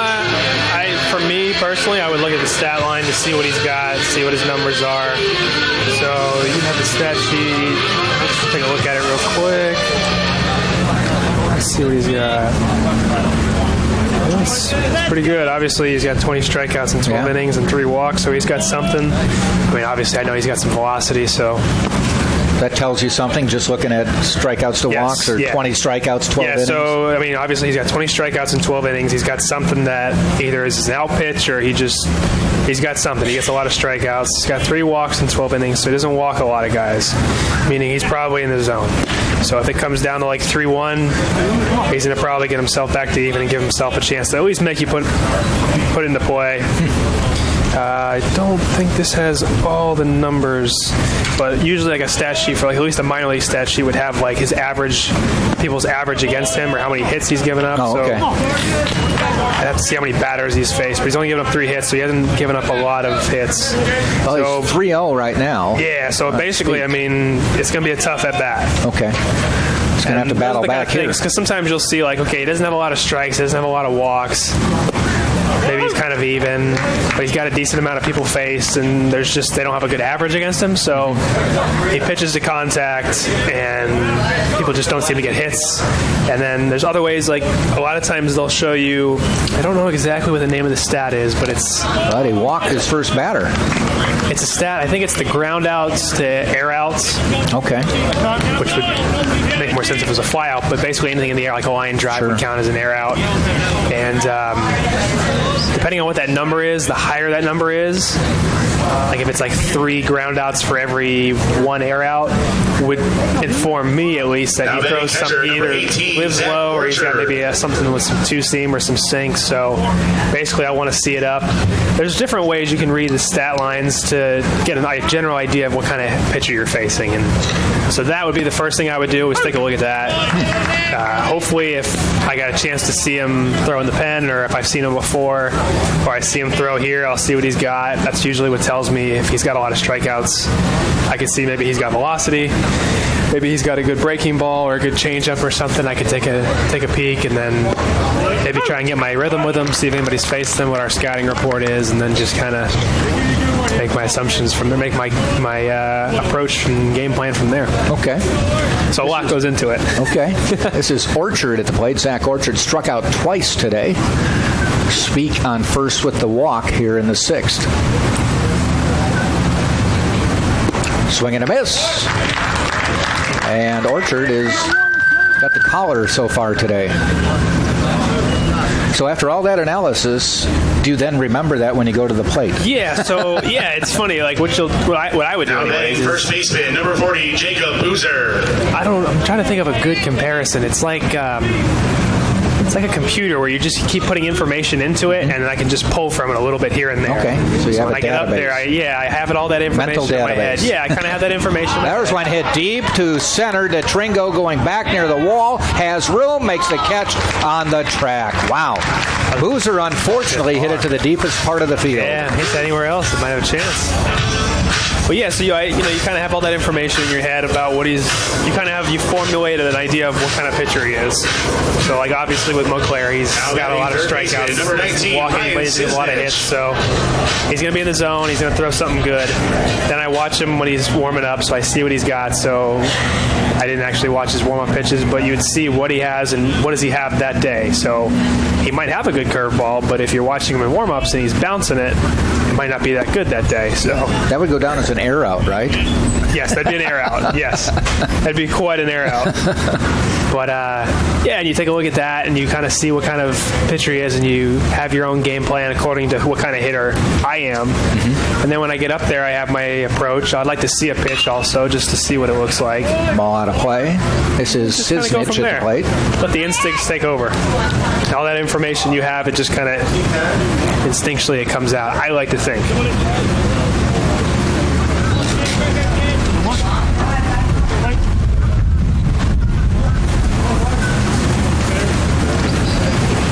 Two outs, we'll see if we can get out of it right here.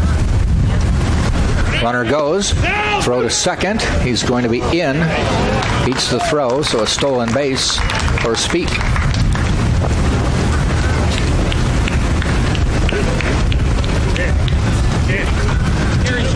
So you haven't gotten any fan mail, no text messages, no nothing? I guess I'm just not doing a good enough job. Man. I got to do something like... Say something talking. controversial. Yeah, I got to say something to get the people talking. But you said you have a very quiet social media presence. Yeah, I'm kind of a ghost. So people trying to respond but can't find a way to respond. They don't know who I am. They're like, I don't know if he's even real. Spartans get out of the inning as Moncler with the strikeout on Sisnich. No runs, no hits, no errors. A walk ends up stranded at second base. We've played now 5.5, and it is still Tampa 5, Florida Tech 3. No runs, no hits, no errors. Spartans will send up Perry, Galley, and Smith. Leads with a score of 5-3. The official chariot of the Spartans is Mart's First Class Coach. If you need to charter a bus, go online to Mart's, M-A-R-T-Z, firstclass.com. And the campus bookstore, our Barnes & Noble campus store, has everything UT in one place. It's located in the Vaughn Center, first floor, open Monday through Saturday. You can also shop online 24/7 at utampa.bncollege.com. All right, fans, it's time for Guess That Sponsor. If our contestant William answers this question correctly, they will win a prize courtesy of this sponsor.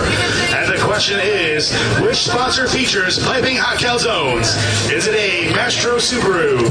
Is it B, DP Tow? Or is it C, Pizza Hut?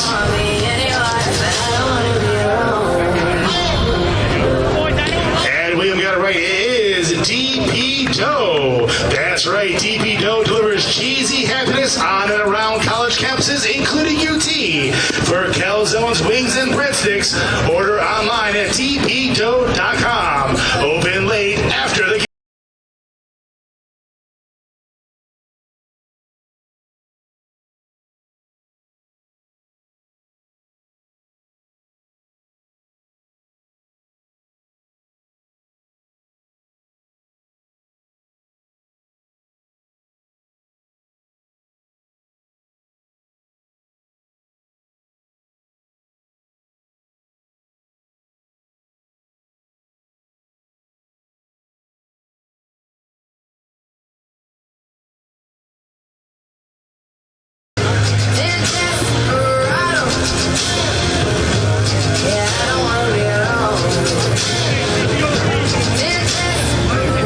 Now batting the clutch hitter of the game, number 33, Cole Perry.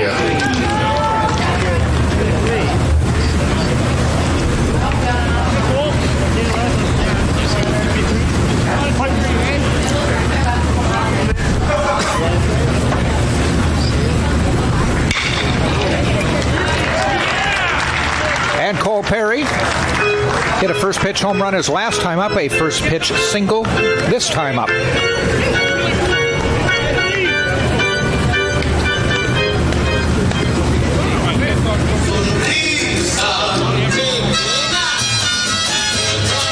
Now batting shortstop, number 9, Brandon Galley.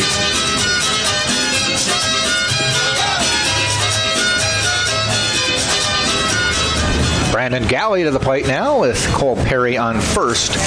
Swinging a good bat over there, Cole Perry. He is. He's working his way. He didn't get many at-bats early in the season, but has worked his way into the lineup. There's a bunt. That's going to move him over. Bobbles at the throw. He beats it out. That'll be a fielding error on Crocker, and the Spartans are runners at first and second. See, that's the hitter in me that still thinks it should go down as a base hit. Think so? I think it should. It probably won't, but I think it should. But that's just again the hitter in me. But I would think if he fielded it cleanly, he's got him. I think he might. Yeah, I think he might have had him. But then it would have gone down as a sack. So. I guess that's the determination is they gave him an error. Yeah, they did. Because it was close. I think had he not bobbled it, yeah, they would have had him. Which kind of... okay. They call it an error and a sacrifice bunt, so it doesn't hurt him. Either way, it's not an at bat. Yeah, so it's... Or actually, there's another bunt to move runners over. This might be tough, and the Spartans beat this one out with Steven Smith laying down a bunt. Now, was he bunting for hit there, do you think? I think he, at that point with no outs, probably it's one of those, it's kind of like a in-between. It's get it down, but if you can get it down and get a base hit, great. Your first goal is to get it down and move runners. Exactly. Your first goal is move runners. Now, he went to the right side, so he might have been trying to get a base hit. Because in my eyes, and again, not saying anything's wrong because he probably would have got it anyways, but I'm sack bunting with the man on first and second. I'm usually going to third base. But if you can get it down the first base side, more power to you. Drew Earhart to the plate, who hit his first collegiate home run his last at-bat, but we interrupt this for a message from Florida Tech's Greg Bergmeyer. Yes. Yeah, he had to come over and... going to come out and talk. He does have somebody warming in the bullpen. I can't read the number from here. I have to pull the binoculars. I don't know if I can see either. I think he just wanted a little bit of TV time. Coach Bergmeyer. Every once in a while, you got to get out there and show everybody that, hey, I'm the coach. Yeah. It's a tough situation. It's another bases-loaded situation. The Spartans had one earlier in the game. Got a run in, but a double play. They got it out, so they were able to minimize it a little bit. I think that might be number 31 out in the 31. I was looking for 21 it might be 31. 11. I think it actually might be number 11. Do we have a pitcher on for either number? So it could be Rhett Willis. 11 is Rhett Willis, a could be Matt pitcher. A junior from Fort White, yeah, it's going to be number 11. Yep. Rhett Willis coming into the game. We'll get the numbers on him as we make the pitching change.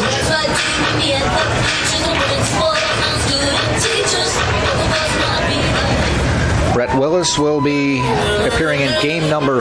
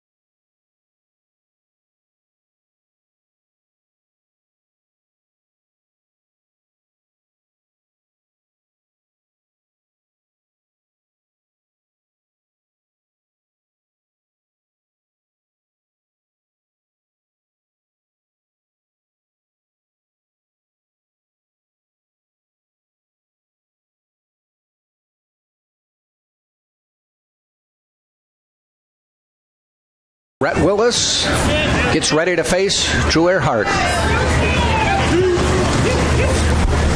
Bases are loaded. Tampa leads 5-3, bottom of the sixth. Perry on third, Galley on second, Smith on first.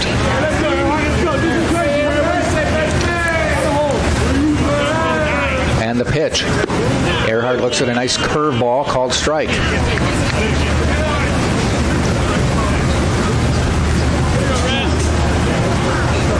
See what he does here after showing the breaking ball first pitch. They go back to it. He's going to throw him a fastball.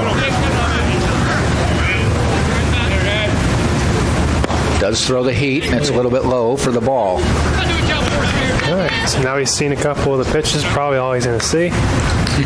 Couldn't imagine Drew seeing much more than fastball and breaking ball, so let's see what happens now.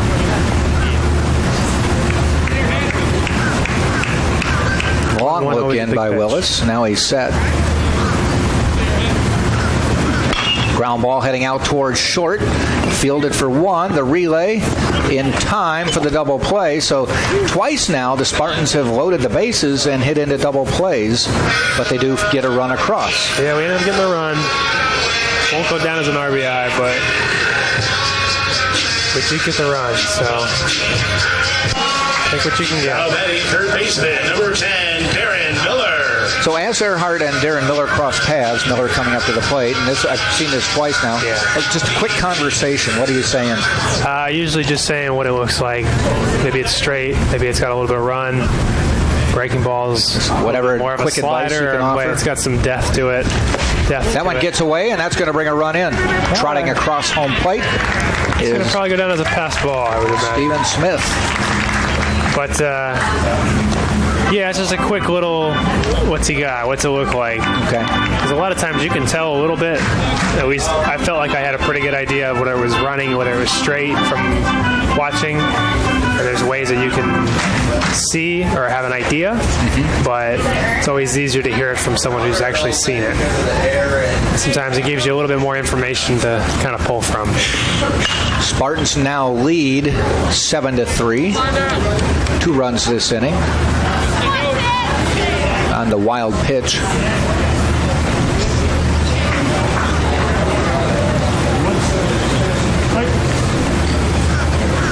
Ended up getting 2 runs across there, so that's a little big. Insurance. It's always big, especially Spartans have answered back pretty well after they gave up that 3 spot in the third on that home run and the double, and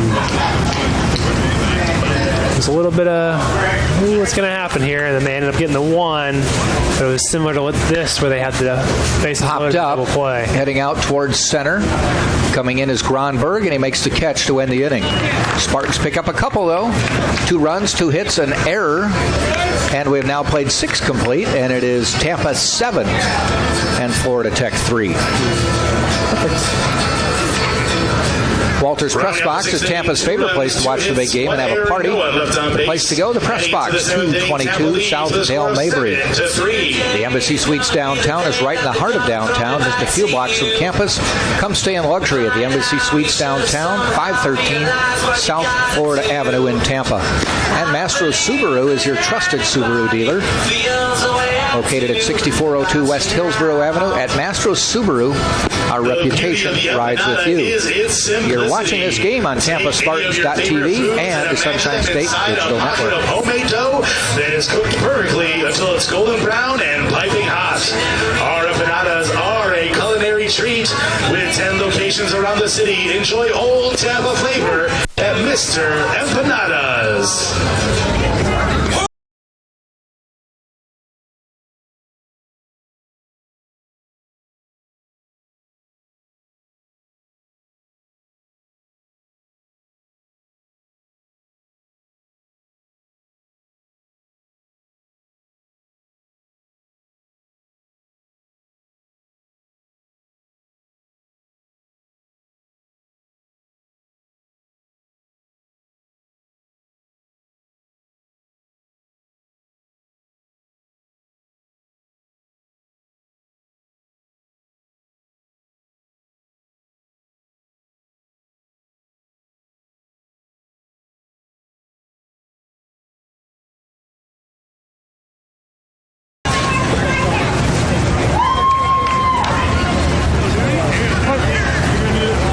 Seventh inning we go. Mark Monclair back on the hill for the Spartans. Leading off is Newton. Foul, swing and a miss on the first pitch. Spartans adding 2 runs. Now 7-3. Tampa with a run in the second took the lead. A run, then gave up 3 in the third to go down 3-1. Have since fought back and taken a 7-3 lead with a run in the third, 3 in the fourth, and 2 in the sixth. At the time when they went down 3-1, you said plenty of time. Yeah. So they've answered pretty well back, which is big, and they put up a lot of zeros there. That'll really shut down the momentum or the rally or any chances or any thoughts of, oh, we can come back. Ball a little bit high to Newton. That'll be Newton, Catanza, and Pearson.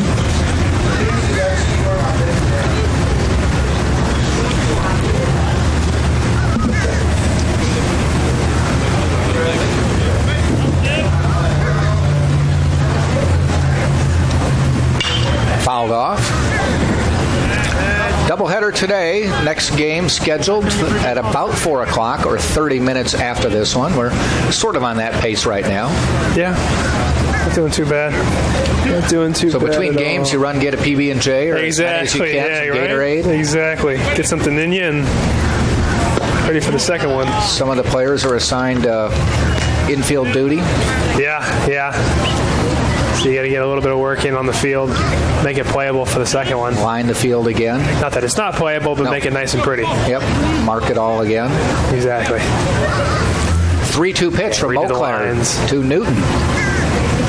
Swing and a miss. Got the strikeout. Mark Monclair with his 3rd strikeout of the game.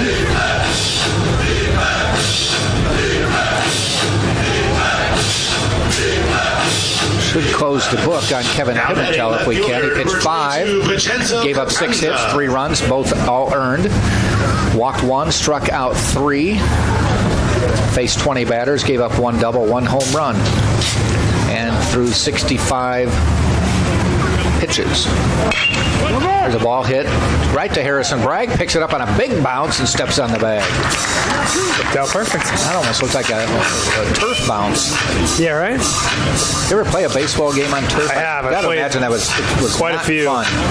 It depends. It depends on what kind of turf they're using. I've had some fast turf, some slow turf. Really, the hardest thing it is on your body. Yeah, the wear and tear. Yeah, like I just didn't have. You're supposed to wear molded cleats, so it's not a metal cleat. And on one of the fields that I played on, I didn't have molded cleats at the time, so I was using metal. Ooh. And it makes you faster, I think, because you get a better grip, but it doesn't give as much. So when you're in dirt or like grass, it'll give a little bit with the cleat. And with turf, your metal cleat will get stuck in, and it could do a number on your knees. But then I ended up getting molded cleats for it, and it felt a little bit better. But yeah, it's just a little bit harder on your body. And it was a big deal in the 70s in the major league parks. Oh, yeah. And that turf, I can't imagine. That turf had to hurt. Yeah. I mean, they said it was basically like playing on a driveway. Yeah. I remember playing way back in high school. I played a tournament or something or a showcase at the Tropicana Field. And that was back in 2008. And I remember it being hard. Being a hard field. And thinking, how do these guys play on this all the time? I'm sure they've made some good improvements in the quality of turf these days, and even the ones that I played on were a little bit softer. Pearson at the plate. He's grounded out. They also get very hot. Well, it's blacktop, so the heat radiates up. Ooh, it'll be hot. I know the St. Louis Cardinals, they said it would be like 120 on the field in those melt games. Your cleats. Yeah. Monclair on the 2-2. Swing and a miss. He's got another strikeout to end the inning, and Monclair has struck out 4 in 2 innings of pitching. Pretty good. Which is about his ratio. Yeah, I was about to say. Yes. In the top of the numbers don't lie. No hits, no errors. We will go to the bottom of the 7th. It's 7th inning stretch time, folks, and it'll be Bragg, Servin, and Kreil for the Spartans. 7-3 Tampa. Please rise for the right here on TampaSpartans.tv. By our athletic marketing staff.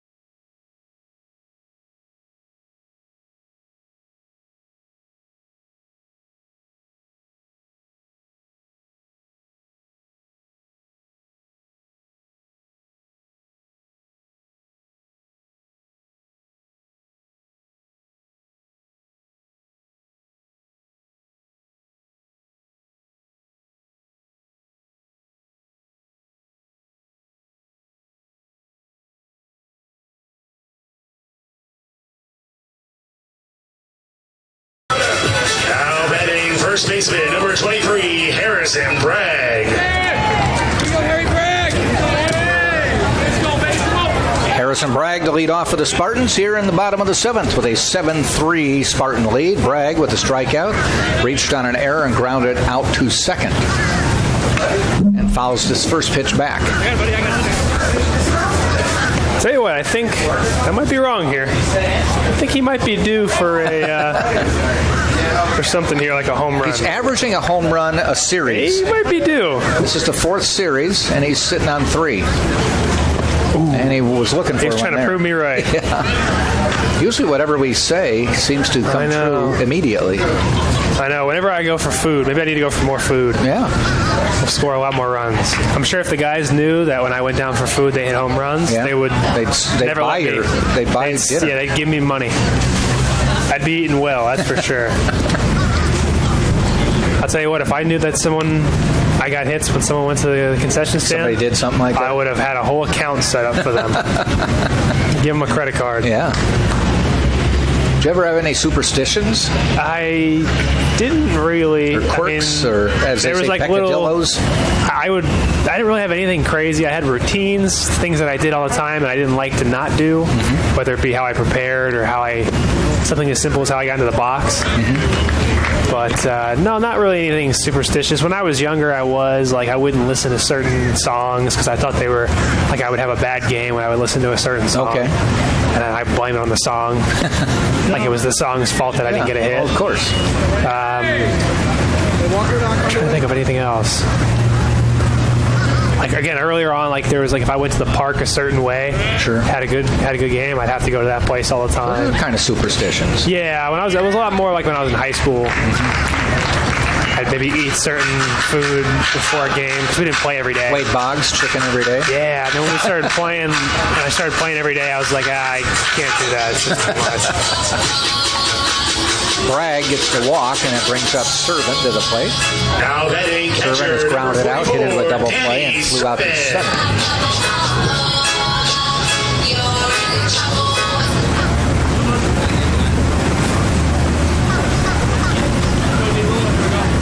Rhett Willis on the mound.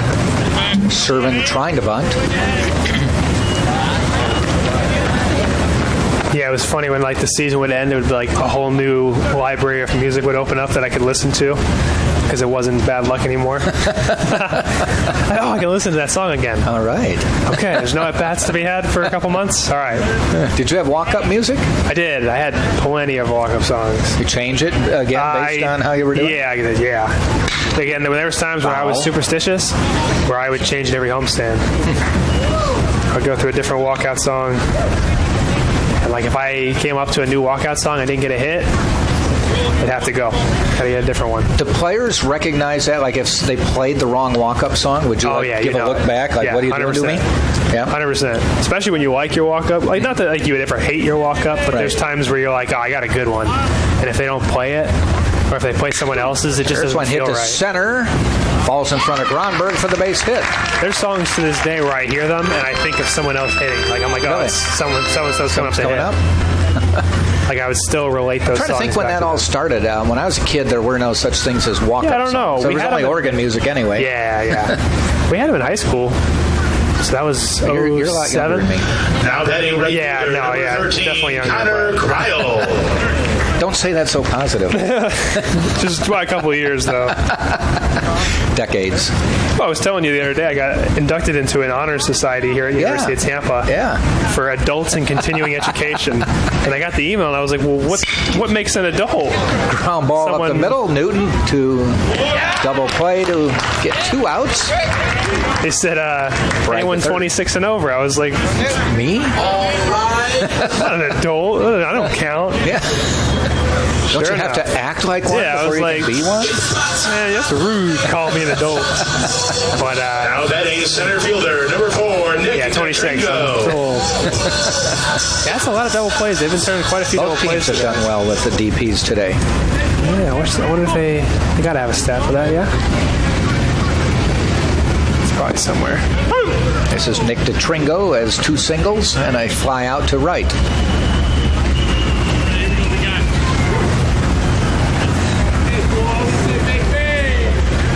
3 double plays, maybe 2. Yeah, I think we've grounded into 3. Yeah. They've only grounded into 1, so quite a few. But when you think about that now, that's 6 outs. Yeah. I can do math. Saver. Yeah, see? Dalton continuing education. Yes. I can do math. Ground ball up the middle, and again, they have the Tringo played well, and he just got the ball there in time to end the inning. So for the Spartans, no runs. They did get a hit, no errors, nobody left on, and at the end of 7 full, it is still Tampa 7 and Florida Tech 3 right here on TampaSpartans.tv. At Firehouse Subs, their subs are made the firefighter way. They are served steaming hot and loaded with the finest fresh sliced meats and cheeses. Located at 2617 West Kennedy Boulevard, Firehouse, founded by firemen. At the Godfrey Hotel, formerly Bay Harbor, located at 7700 West Courtney Campbell Causeway in Tampa, offers a special rate to all UT supporters and guests.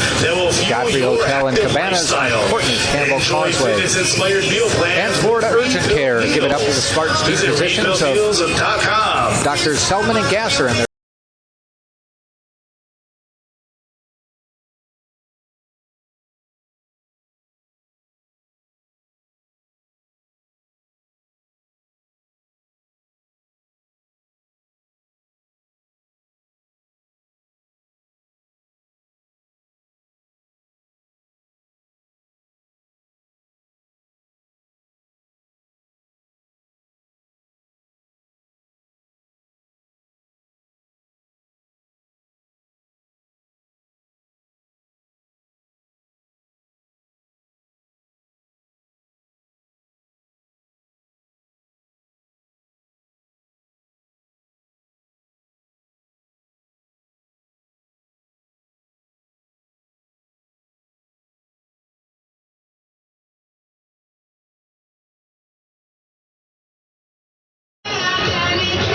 Now batting center fielder, number 24, James Gronberg.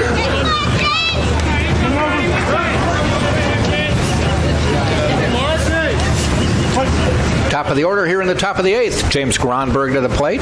2 for 3 day going. He doubled in the 3rd, scored. Base hit his last time up. Still on the mound. Going strong. Montclair it's only his, for his it's only third been his 3rd. I must have thought he came in a little earlier. 5 innings out of Pimento.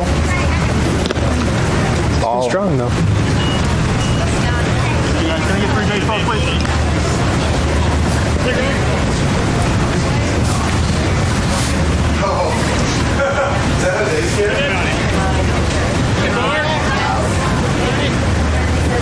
Montclair sets. Looped out into shortstop, and nice range by Brandon Galley to make the catch. There's a guy there. That one had a little too much hang time to fall in as a little Texas leaguer. Got in on him a little bit too much. 1 up, 1 down, and Quintero to the plate. Now batting second baseman, number 9, Raul Quintero.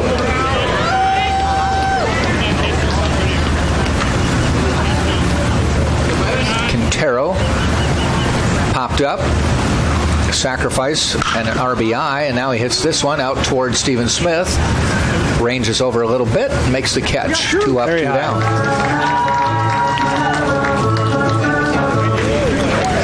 Speak to the plate. Now batting right fielder, number 44, Daniel Speak.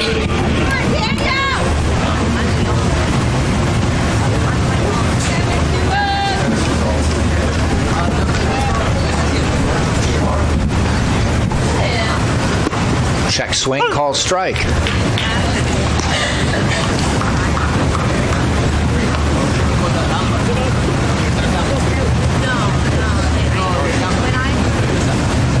Speak with 1 hit and a hit by pitches last time up. Swing and a miss there. He's in the hole 0-2.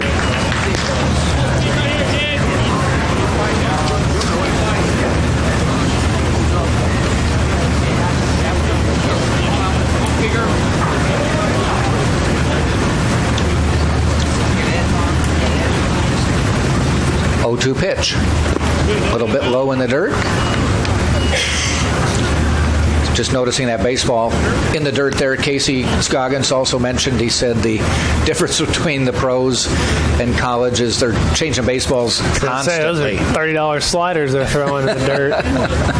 Yeah, that's the first thing I noticed when I got back. There was like a foul ball. It was the Bentley game. It was like a foul ball just like the third base side. Yeah, go get it, huh? And he went and got it and threw it back to the pitcher. I'm like, whoa, whoa, whoa, whoa, whoa. What are we doing? Get rid of that thing. It was a new baseball. Yeah. Budget's a little bit different here at UC. Yep. Division 2. The college level. And MLB and professional. Strikeout to end the inning, and now at the end of 7.5, it's still Tampa 7 and Florida Tech 3. Spartans will send up 8-9-1. That's Perry, Galley, and Smith. You're watching this game right here on TampaSpartans.tv. University Dining Services by Sodexo allows you to choose from 27 dining stations. They serve breakfast, lunch, dinner, late night, and snacks. The official concessionaire of UT Athletics is Sodexo Campus Dining. Visit the UT website and check dining services for variety and hours. Cellport Waterfront Suites in Tampa, Tampa's only all-waterfront, all-suite resort. Located on beautiful Rocky Point Island, just minutes from UT. And located even closer on the edge of campus on Kennedy is the Outpost. The Outpost offers an affordable classic menu. If you're a loyal Tampa Spartan fan, come post up at the Outpost. Krispy Kreme. For generations, Krispy Kreme has been serving delicious donuts and coffee. Visit our nearest Krispy Kreme on West Kennedy. Krispy Kreme serving hot donuts right now.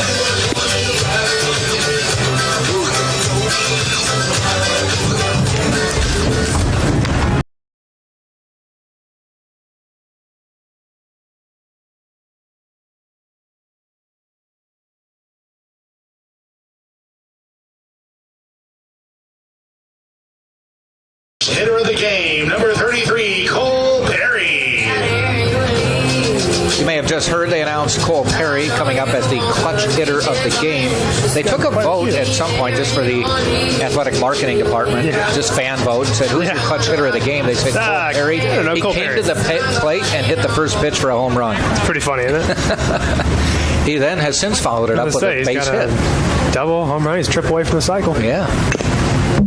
The hardest one to come, though. I would say hits one in that corner, he better go third no matter what. Right. I think I had a friend one time who was a really great hitter, I thought. A guy by the name of L.B. Dantzler, and he played over with me at State College of Florida, Manatee. Ended up going to play in University of South Carolina and got drafted by the Blue Jays. But I'll never forget, we're playing our last game, his last game, because we were all sophomores. For those who don't know, community college, you can only play your freshman and sophomore year. So it was his last ever game at home at Manatee Community College. And he comes up, he'd hit a single early, hit a home run, hit a double. And he wasn't a very fast guy. He was a three-hitter, wasn't very fast. And he said, wherever I hit this ball, I'm going three, I don't care. Did you have a good enough lead, it didn't matter? Yeah, we were beating him pretty good. And he was like, I can hit it to the pitcher, I'm going three. And sure enough, he hits a ball that like wraps around first base and goes into the corner, and we're all like, oh, hold on. And he still isn't very fast, so I still didn't think he had a chance. Not that he's slow, if he's by any chance listening. But the ball goes in the corner, and the guy has like a hard time picking it up. Oh. And so sure enough, he got a triple. Really? And it was one of the coolest things I'd seen. I've only seen one cycle in my life. And it was really cool. Wow. When you think of how tough it really is to do that, it was pretty neat. Ball in the dirt. I know I have a Twitter account, and every day at 8 in the morning I tweet a Wisconsin sports history fact. Okay. It'll be like this day in history in 1965, the Packers did whatever. Okay. Then at 9 o'clock I do a Florida sports history fact. It's for the masses. I'm doing it for the general good of the population. Of course. And one of the Wisconsin facts I had is a Division III baseball player at Wisconsin Oshkosh, a Division III school up there, named Tim Jorgensen, who I believe flirted with a professional career for a while. Okay. Hit a home run cycle. Really? So he had a solo, a double, or a 2-run, a 3-run, and a grand slam in the same game. That's tough to do. His team won like 22-5. Yeah, I was going to say, they must have. I mean, just think how it all had to set up perfectly to do that, let alone hit 4 home runs in a game. I was going to say, I've only had about 4 home runs in my career, so to hit 4 in one game just baffles me. And that one is hit out to center, so he's not going to get the cycle. I think he's still going to go 3, but I don't know if he's going to get it. He won't get the chance. Still a heck of a day. Had it fallen in for a hit, he'd still be running. Yeah, I would have ran. I would have kept going. Never know. So if you hit a home run cycle, you've got 1 RBI, 3 RBIs, 6 RBIs, 10 RBIs on home runs. Now batting shortstop. It's been a bad day, huh? No. I came close one time. I had a triple home run and 2 singles. Okay. I couldn't get the double. And it was funny because it was a ball that my ball I hit was to like left center. And it was actually the game I told you I hit my first professional home run. Hindsight, you should have gone straight. Yeah, I was like, I broke my bat, but it had enough, and I was pretty fast. I was always a pretty fast player. And I kind of came out of the box and knew it was a single, and both the shortstop and second baseman went after it. Mm-hmm. So if I'd have kept going, I probably would have made it. Nobody was covering. But, again, hindsight, Monday morning quarterback it all day, but that's about as close as I ever got. It was 2 singles and triple and a home run.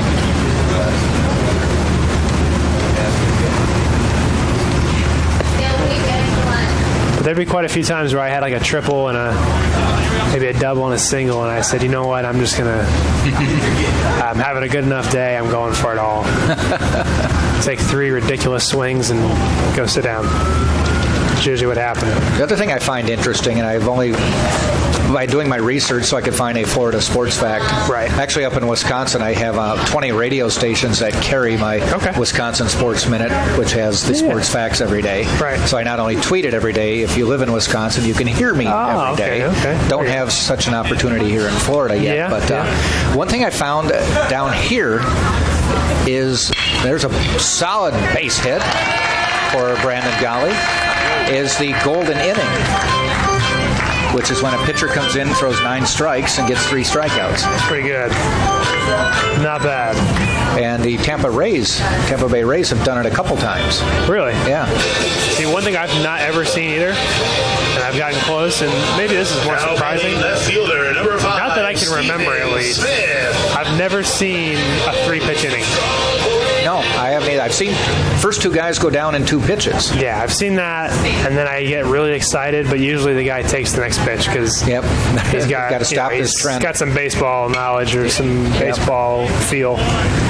Especially when you get to the higher levels, no one traditionally does that. I feel like usually guys are pretty smart. But every once in a while, you get a guy, you'll see it, it'll be like 2 pitches, and he'll swing at the first pitch, he'll foul it off, and you're like, oh, we got close.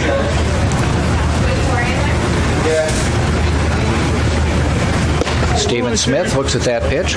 I've always now learned to check my messages after I missed Darren Miller's mom's birthday. Oh, yeah, you have to. I check and find out my wife wants to know if we have a mop at home. And call her after the game. Hey, you checked. Yep. That one's hit. Center field. Gronberg goes back, has room just before the warning track, and he makes the catch for 2 outs. Pretty good. Again, toward the deepest part of the field. It's a hard part of the park to get it out. I tried to stay away from there when I was trying to hit it out. That'll bring up Drew Earhart. Now batting second baseman, number 2, 2 for 4 there. Earhart. One of those hits, his first collegiate home run.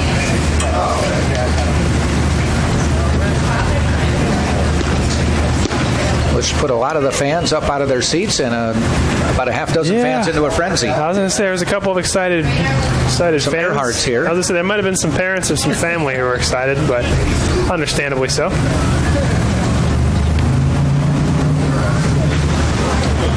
Ground ball, base hit. They had him played. He hit up the middle, and he smacked it where the second baseman used to be.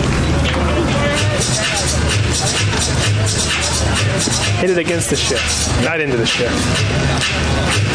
And that'll bring Darren Miller to the plate.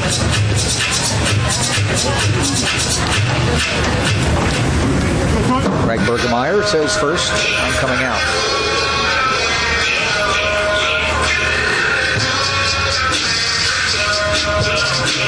Mound meeting. So the runners will be on first and second. That is the guy out there. Galley and Earhart. the pen, we got number 43 for Florida Tech, Ryan Lane. Could be saying that right, I could be saying it wrong. Let me check here. Junior. Elaine. Yep, Elaine, 5'10", 200-pound junior from Mount Prospect, Illinois. Chicago High School. Chicago suburb. Okay. Chicago suburb. Up near where Casey Scoggins will be playing his ball.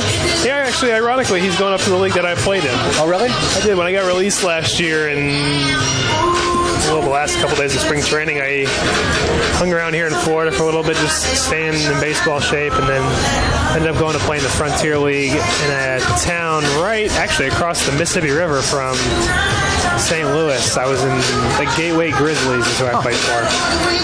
Says that Elaine went to Hersey High School. Yeah. We played them when I was in high school in the Chicago suburb in basketball. I'd have to look up where we were. We played these guys and we lost only 88-40. Oh, okay. So it was a nail biter. Yeah, it was a close game for maybe the tip off. Yep. They scored on a layup off the tip. And it was close. We never trailed. Never led after that. I was going to say, that was it. Darren Miller. They had a front line. Yeah, they're pretty good. Was 6'11", 6'9", 6'8". They were pretty good. And they went to state. They made the Elite Eight. And then they were 6'4", 6'1" at guards, and we were 6'5", 6'2", 6'1" across the front. So I was the tall guard. I was 5'9". There's one hit out into center. Gronberg going back. He's got room. He camps and makes the catch. Okay, let's see. So the Spartans make a little noise, but come up with no runs, 2 hits, no errors. They leave 2, and we go to the 9th with Tampa holding on to a 7-3 lead over Florida Tech. You're watching right here on Tampa Spartans. No errors and 2 left on base. Heading into the 9th inning, Tampa leads with a score of 7-3. And let's give a big shout out to Dr. Selman and Gasser and Florida Orthopedic Institute and their sports medicine team for keeping our players safe and providing athletic training services and medical care to University of Tampa student athletes.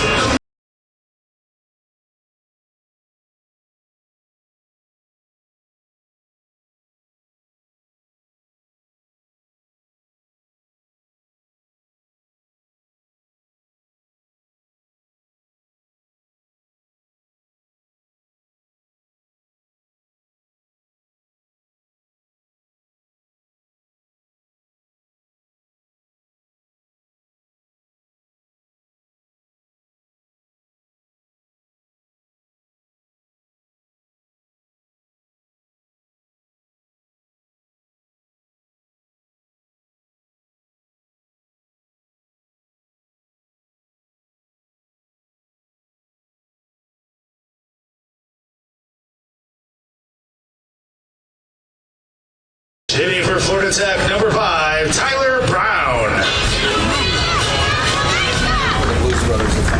Oh, okay. Top of the 9th we go. It'll be Orchard, Boozer, and Cisnich. The 4, 5, 6 hitters. Florida Tech has some work to do. Trailing 7-3. Oh, it's a new batter, actually. It's Is that number 5 on the jersey? Number 5. Yes, number 5. Yes, Tyler Brown is pinch hitting. Freshman from Bartow, Florida. Bartow's right in that Lakeland, Winter Haven area. I guess it's more Winter Haven. It's not too far. Tyler Brown this is his 3rd game of the year. He started 1, has 2 at-bats, looking for that first hit.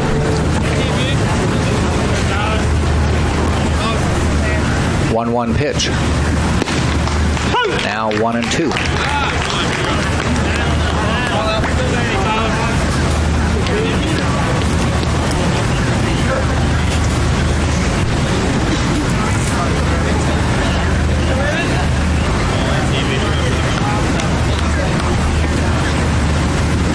And swings and misses, tipped into the mid of Servant for the strikeout.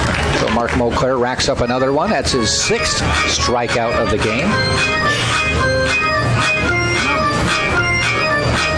Spartans got 3 from Pimentel. and 6 for Moclair. Moclair in just 3 and a third innings. But his strikeout to walk ratio was about, it was 1.5 plus per inning. Yeah, it's getting better. It was 12 innings, 20 strikeouts. Now he's at 15 innings, 26 strikeouts.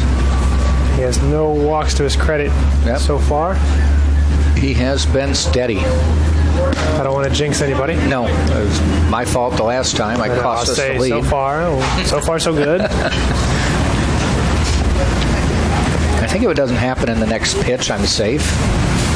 Possibly. I won't say anything. Ball I don't want to be outside. that guy. But you'll give me that look if something happens. I won't. I'll just look over. A glance. A little side eye and I'll glance. And a little smile. A little smirk. If anybody can do it, it's Boozer. Might even give you a little Yeah. Ball 3. We might have sowed his poison there. Boozer hit one from about 398 feet last time up, but he hit it to the 400 part of the field. He did hit it pretty far. About as far as you can hit it without getting it out. Yep. Swing and miss will go full, 3-2. One out here in the top of the ninth. Tampa up 7-3.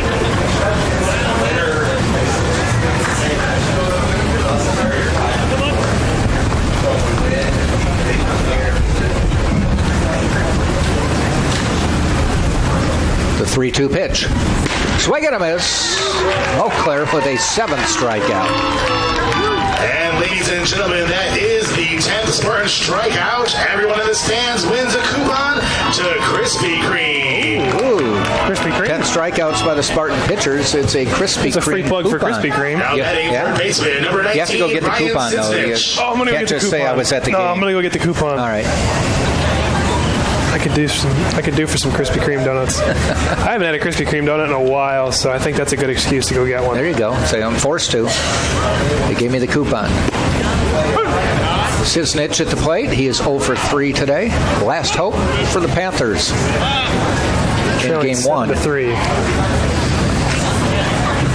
This game has moved right along. We're not yet 2.5 hours into it. Doing pretty good so far. Popped up. This could be it. Earhart going back. Yeah, and Kreil comes in, and that's the ball game. Connor Kreil makes the catch out and right. The Spartans pick up a win and have now won 7 consecutive games. They're 9-2 on the season and 2-0 in the Sunshine State Conference. 7-3 is the final. Tampa 7 runs, 13 hits, no errors. They left 8. Florida Tech 3 runs, 6 hits, 3 errors, and they left 2 on base. It only took about 2 hours and 25 minutes to play this game. We moved right along. The winning pitcher, Kevin Pimentel, and he runs his record to 3-0 on the year. Am I right? Never a bad thing when it moves that quick. Got to make sure I got that right. He's 4-0 on the year. He's won every start he's started for the Spartans this year. He said it's about 30 minutes. We'll be starting the second 4 o'clock, yep, I believe is what they'll say. That's pretty good. So, that's what you called earlier. So it's rarely, maybe you have a little rarely right with that one. If you happen to know any of the Powerball numbers, wow, send a couple my way. I wouldn't be mad. We'll see. All right. You may not win the full prize, but you may I'll take anything. Just my money back would be great. All right, 7-3. Spartans win it. We've got another game coming up about 4. Jack Ike and Anthony Caronia saying thanks for joining us, and we'll be back for Game 2 right here on TampaSpartans.tv.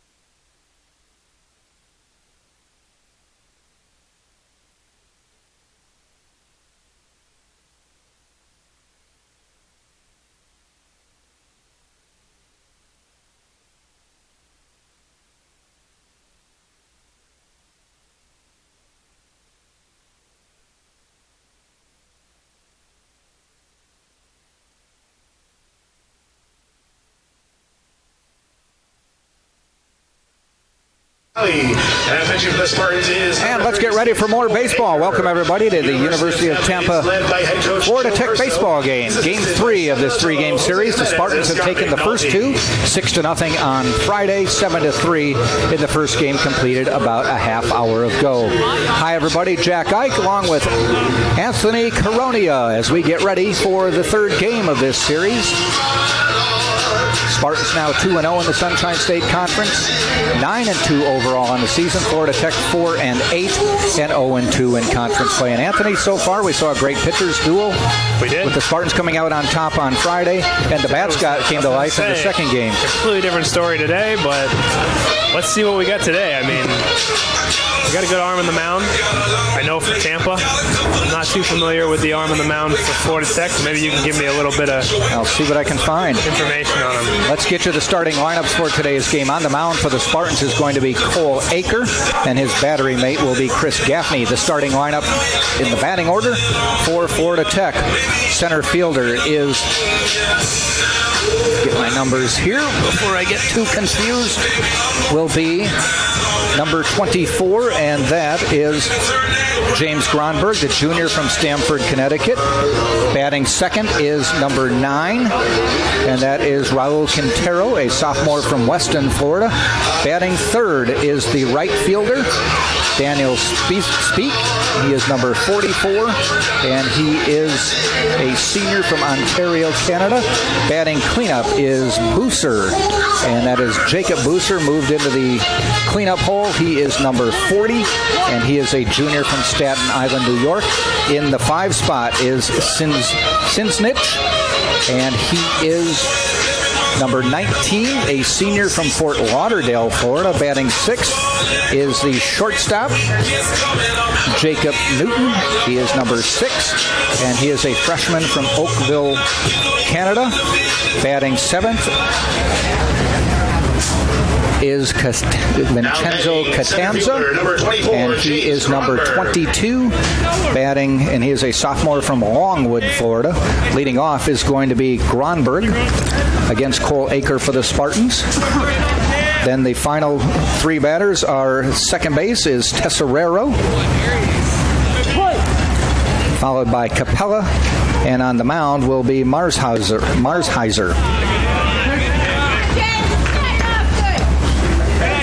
Spartans with Cole Aker on the mound. Welcome, everybody, on TampaSpartans.tv.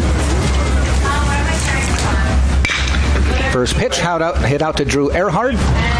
Makes the throw in time. 1 up, 1 down very quickly.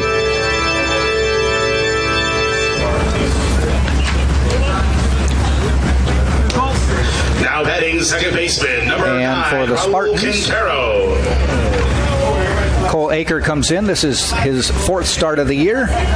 He is 2-0 on the year at this point, 13 2/3 innings, 7 hits, 4 runs, 4 earned, 3 walks, 1 strikeout, and a 2.63 ERA on the season. Doing pretty well so far. Second batter, Raul Quintero. Season is young, though. Season's young. At this point in the season, though, the Spartans are showing pretty solid 1-2-3 on the mound. They do. They have a pretty good staff. Ground ball, high bouncer, Miller, quick throw, and he gets to Speedy Quintero. I suppose the bullpen looking pretty good, too. Yes. We saw some good bullpen work last night. Saw some good bullpen work today. 4 innings out of Mark Moncler today. And now batting right fielder, today ends up being. Obviously, bullpen isn't too taxed. They did play the Phillies on Thursday, so everybody's maybe not as fresh as the usual weekend. I believe he had about 3 pitchers against the Phillies who hadn't pitched yet this year. He was deep into his pitching roster. Okay, so everybody should be generally fresh. Tyler Beck did pitch, and he pitched last night and pitched well. Shane Bickle pitched the first inning against the Phillies, has not appeared yet this weekend. Hasn't been needed.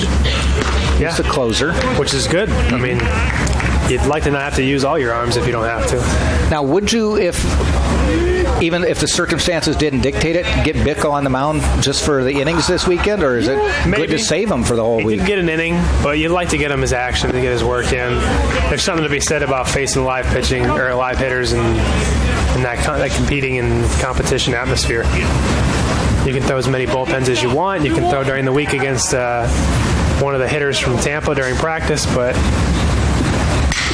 there's one hit out into center field, going back to Tringo. He's got it in his sights. Makes the catch. A quick 3-up, 3-down inning for the Spartans. On defense, so Florida Tech, no runs, no hits, no errors, nobody left. We go to the bottom of the first, and it's Tampa coming to bat. Florida Tech, no one left nothing. On base.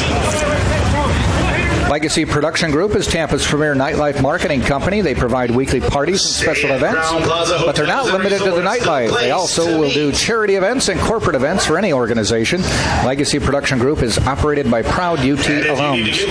And the DoubleTree by Hilton Tampa Airport West Shore. Book a beautiful room or suite at our newly renovated Tampa DoubleTree Hotel on Cypress, just minutes from UT. And Krispy Kreme. For generations, Krispy Kreme has been serving delicious donuts and coffee. Visit the nearest Krispy Kreme on West Kennedy. Krispy Kreme serving hot donuts right now.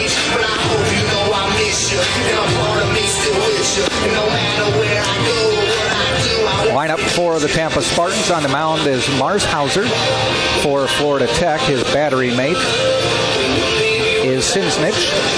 Spartan lineup will start with pretty much the same lineup we've seen for quite a few games. Stephen Smith leading off, the junior from Trenton, Florida, by way of Virginia Military Institute. Batting second is Drew Earhart, number 2, a freshman from Tampa's Wharton High School. Batting cleanup is number 10, Darren Miller from Key West, Florida, by way of Florida State. Batting cleanup is number 44, Danny Servin. Servin is from Miami, Florida, by way of the University of Tennessee. Batting fifth is Connor Kryl. Now batting left fielder, number 5, Steven And Kryl, number 13, is a senior from Anthony, Florida. Batting sixth is Cole Perry, playing first base today. And Cole Perry, number 33, is a junior from Jacksonville, Florida. First batter, Stephen Smith. We'll get you the rest of the lineup in a second. First pitch is low for a ball. Then it's Nick DeTringo, number 4, batting seventh. He is a junior from Ruskin, Florida, by way of St. Petersburg College. Second pitch hit out into center field, giving chase. Going deep is Gronberg, waiting, and he makes the catch near the warning track. Batting part of the park that we've been talking about all day. Hit it, pull it a little bit, and you're circling the bases. Good. Yep, exactly. Batting seventh is Chris Gaffney, the catcher, number 17. He is a senior from Holtzville, New York. UNC Wilmington. Just spent a few minutes talking to his dad. Is down here for a couple weeks. Batting number 9 is Brandon Galley, and Galley is a senior from Louisville, Kentucky, by way of Polk State College.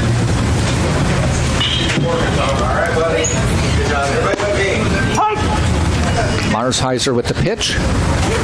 1 ball, 1 strike.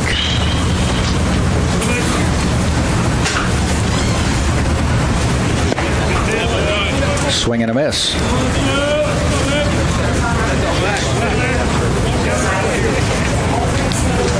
Mars Heiser's 4th appearance of the season. Does not have any decision yet. He has pitched 15 innings, given up 14 hits, 11 runs, all of them earned, 14 strikeouts. Or I should, 14 strikeouts, 3 walks. Opponents are hitting .241 against him, though. Gives up about a hit an inning. Yeah. Let's see. Ground ball heading out to third base, bounces over the third baseman's head. That's Quintero. And Earhart is on first.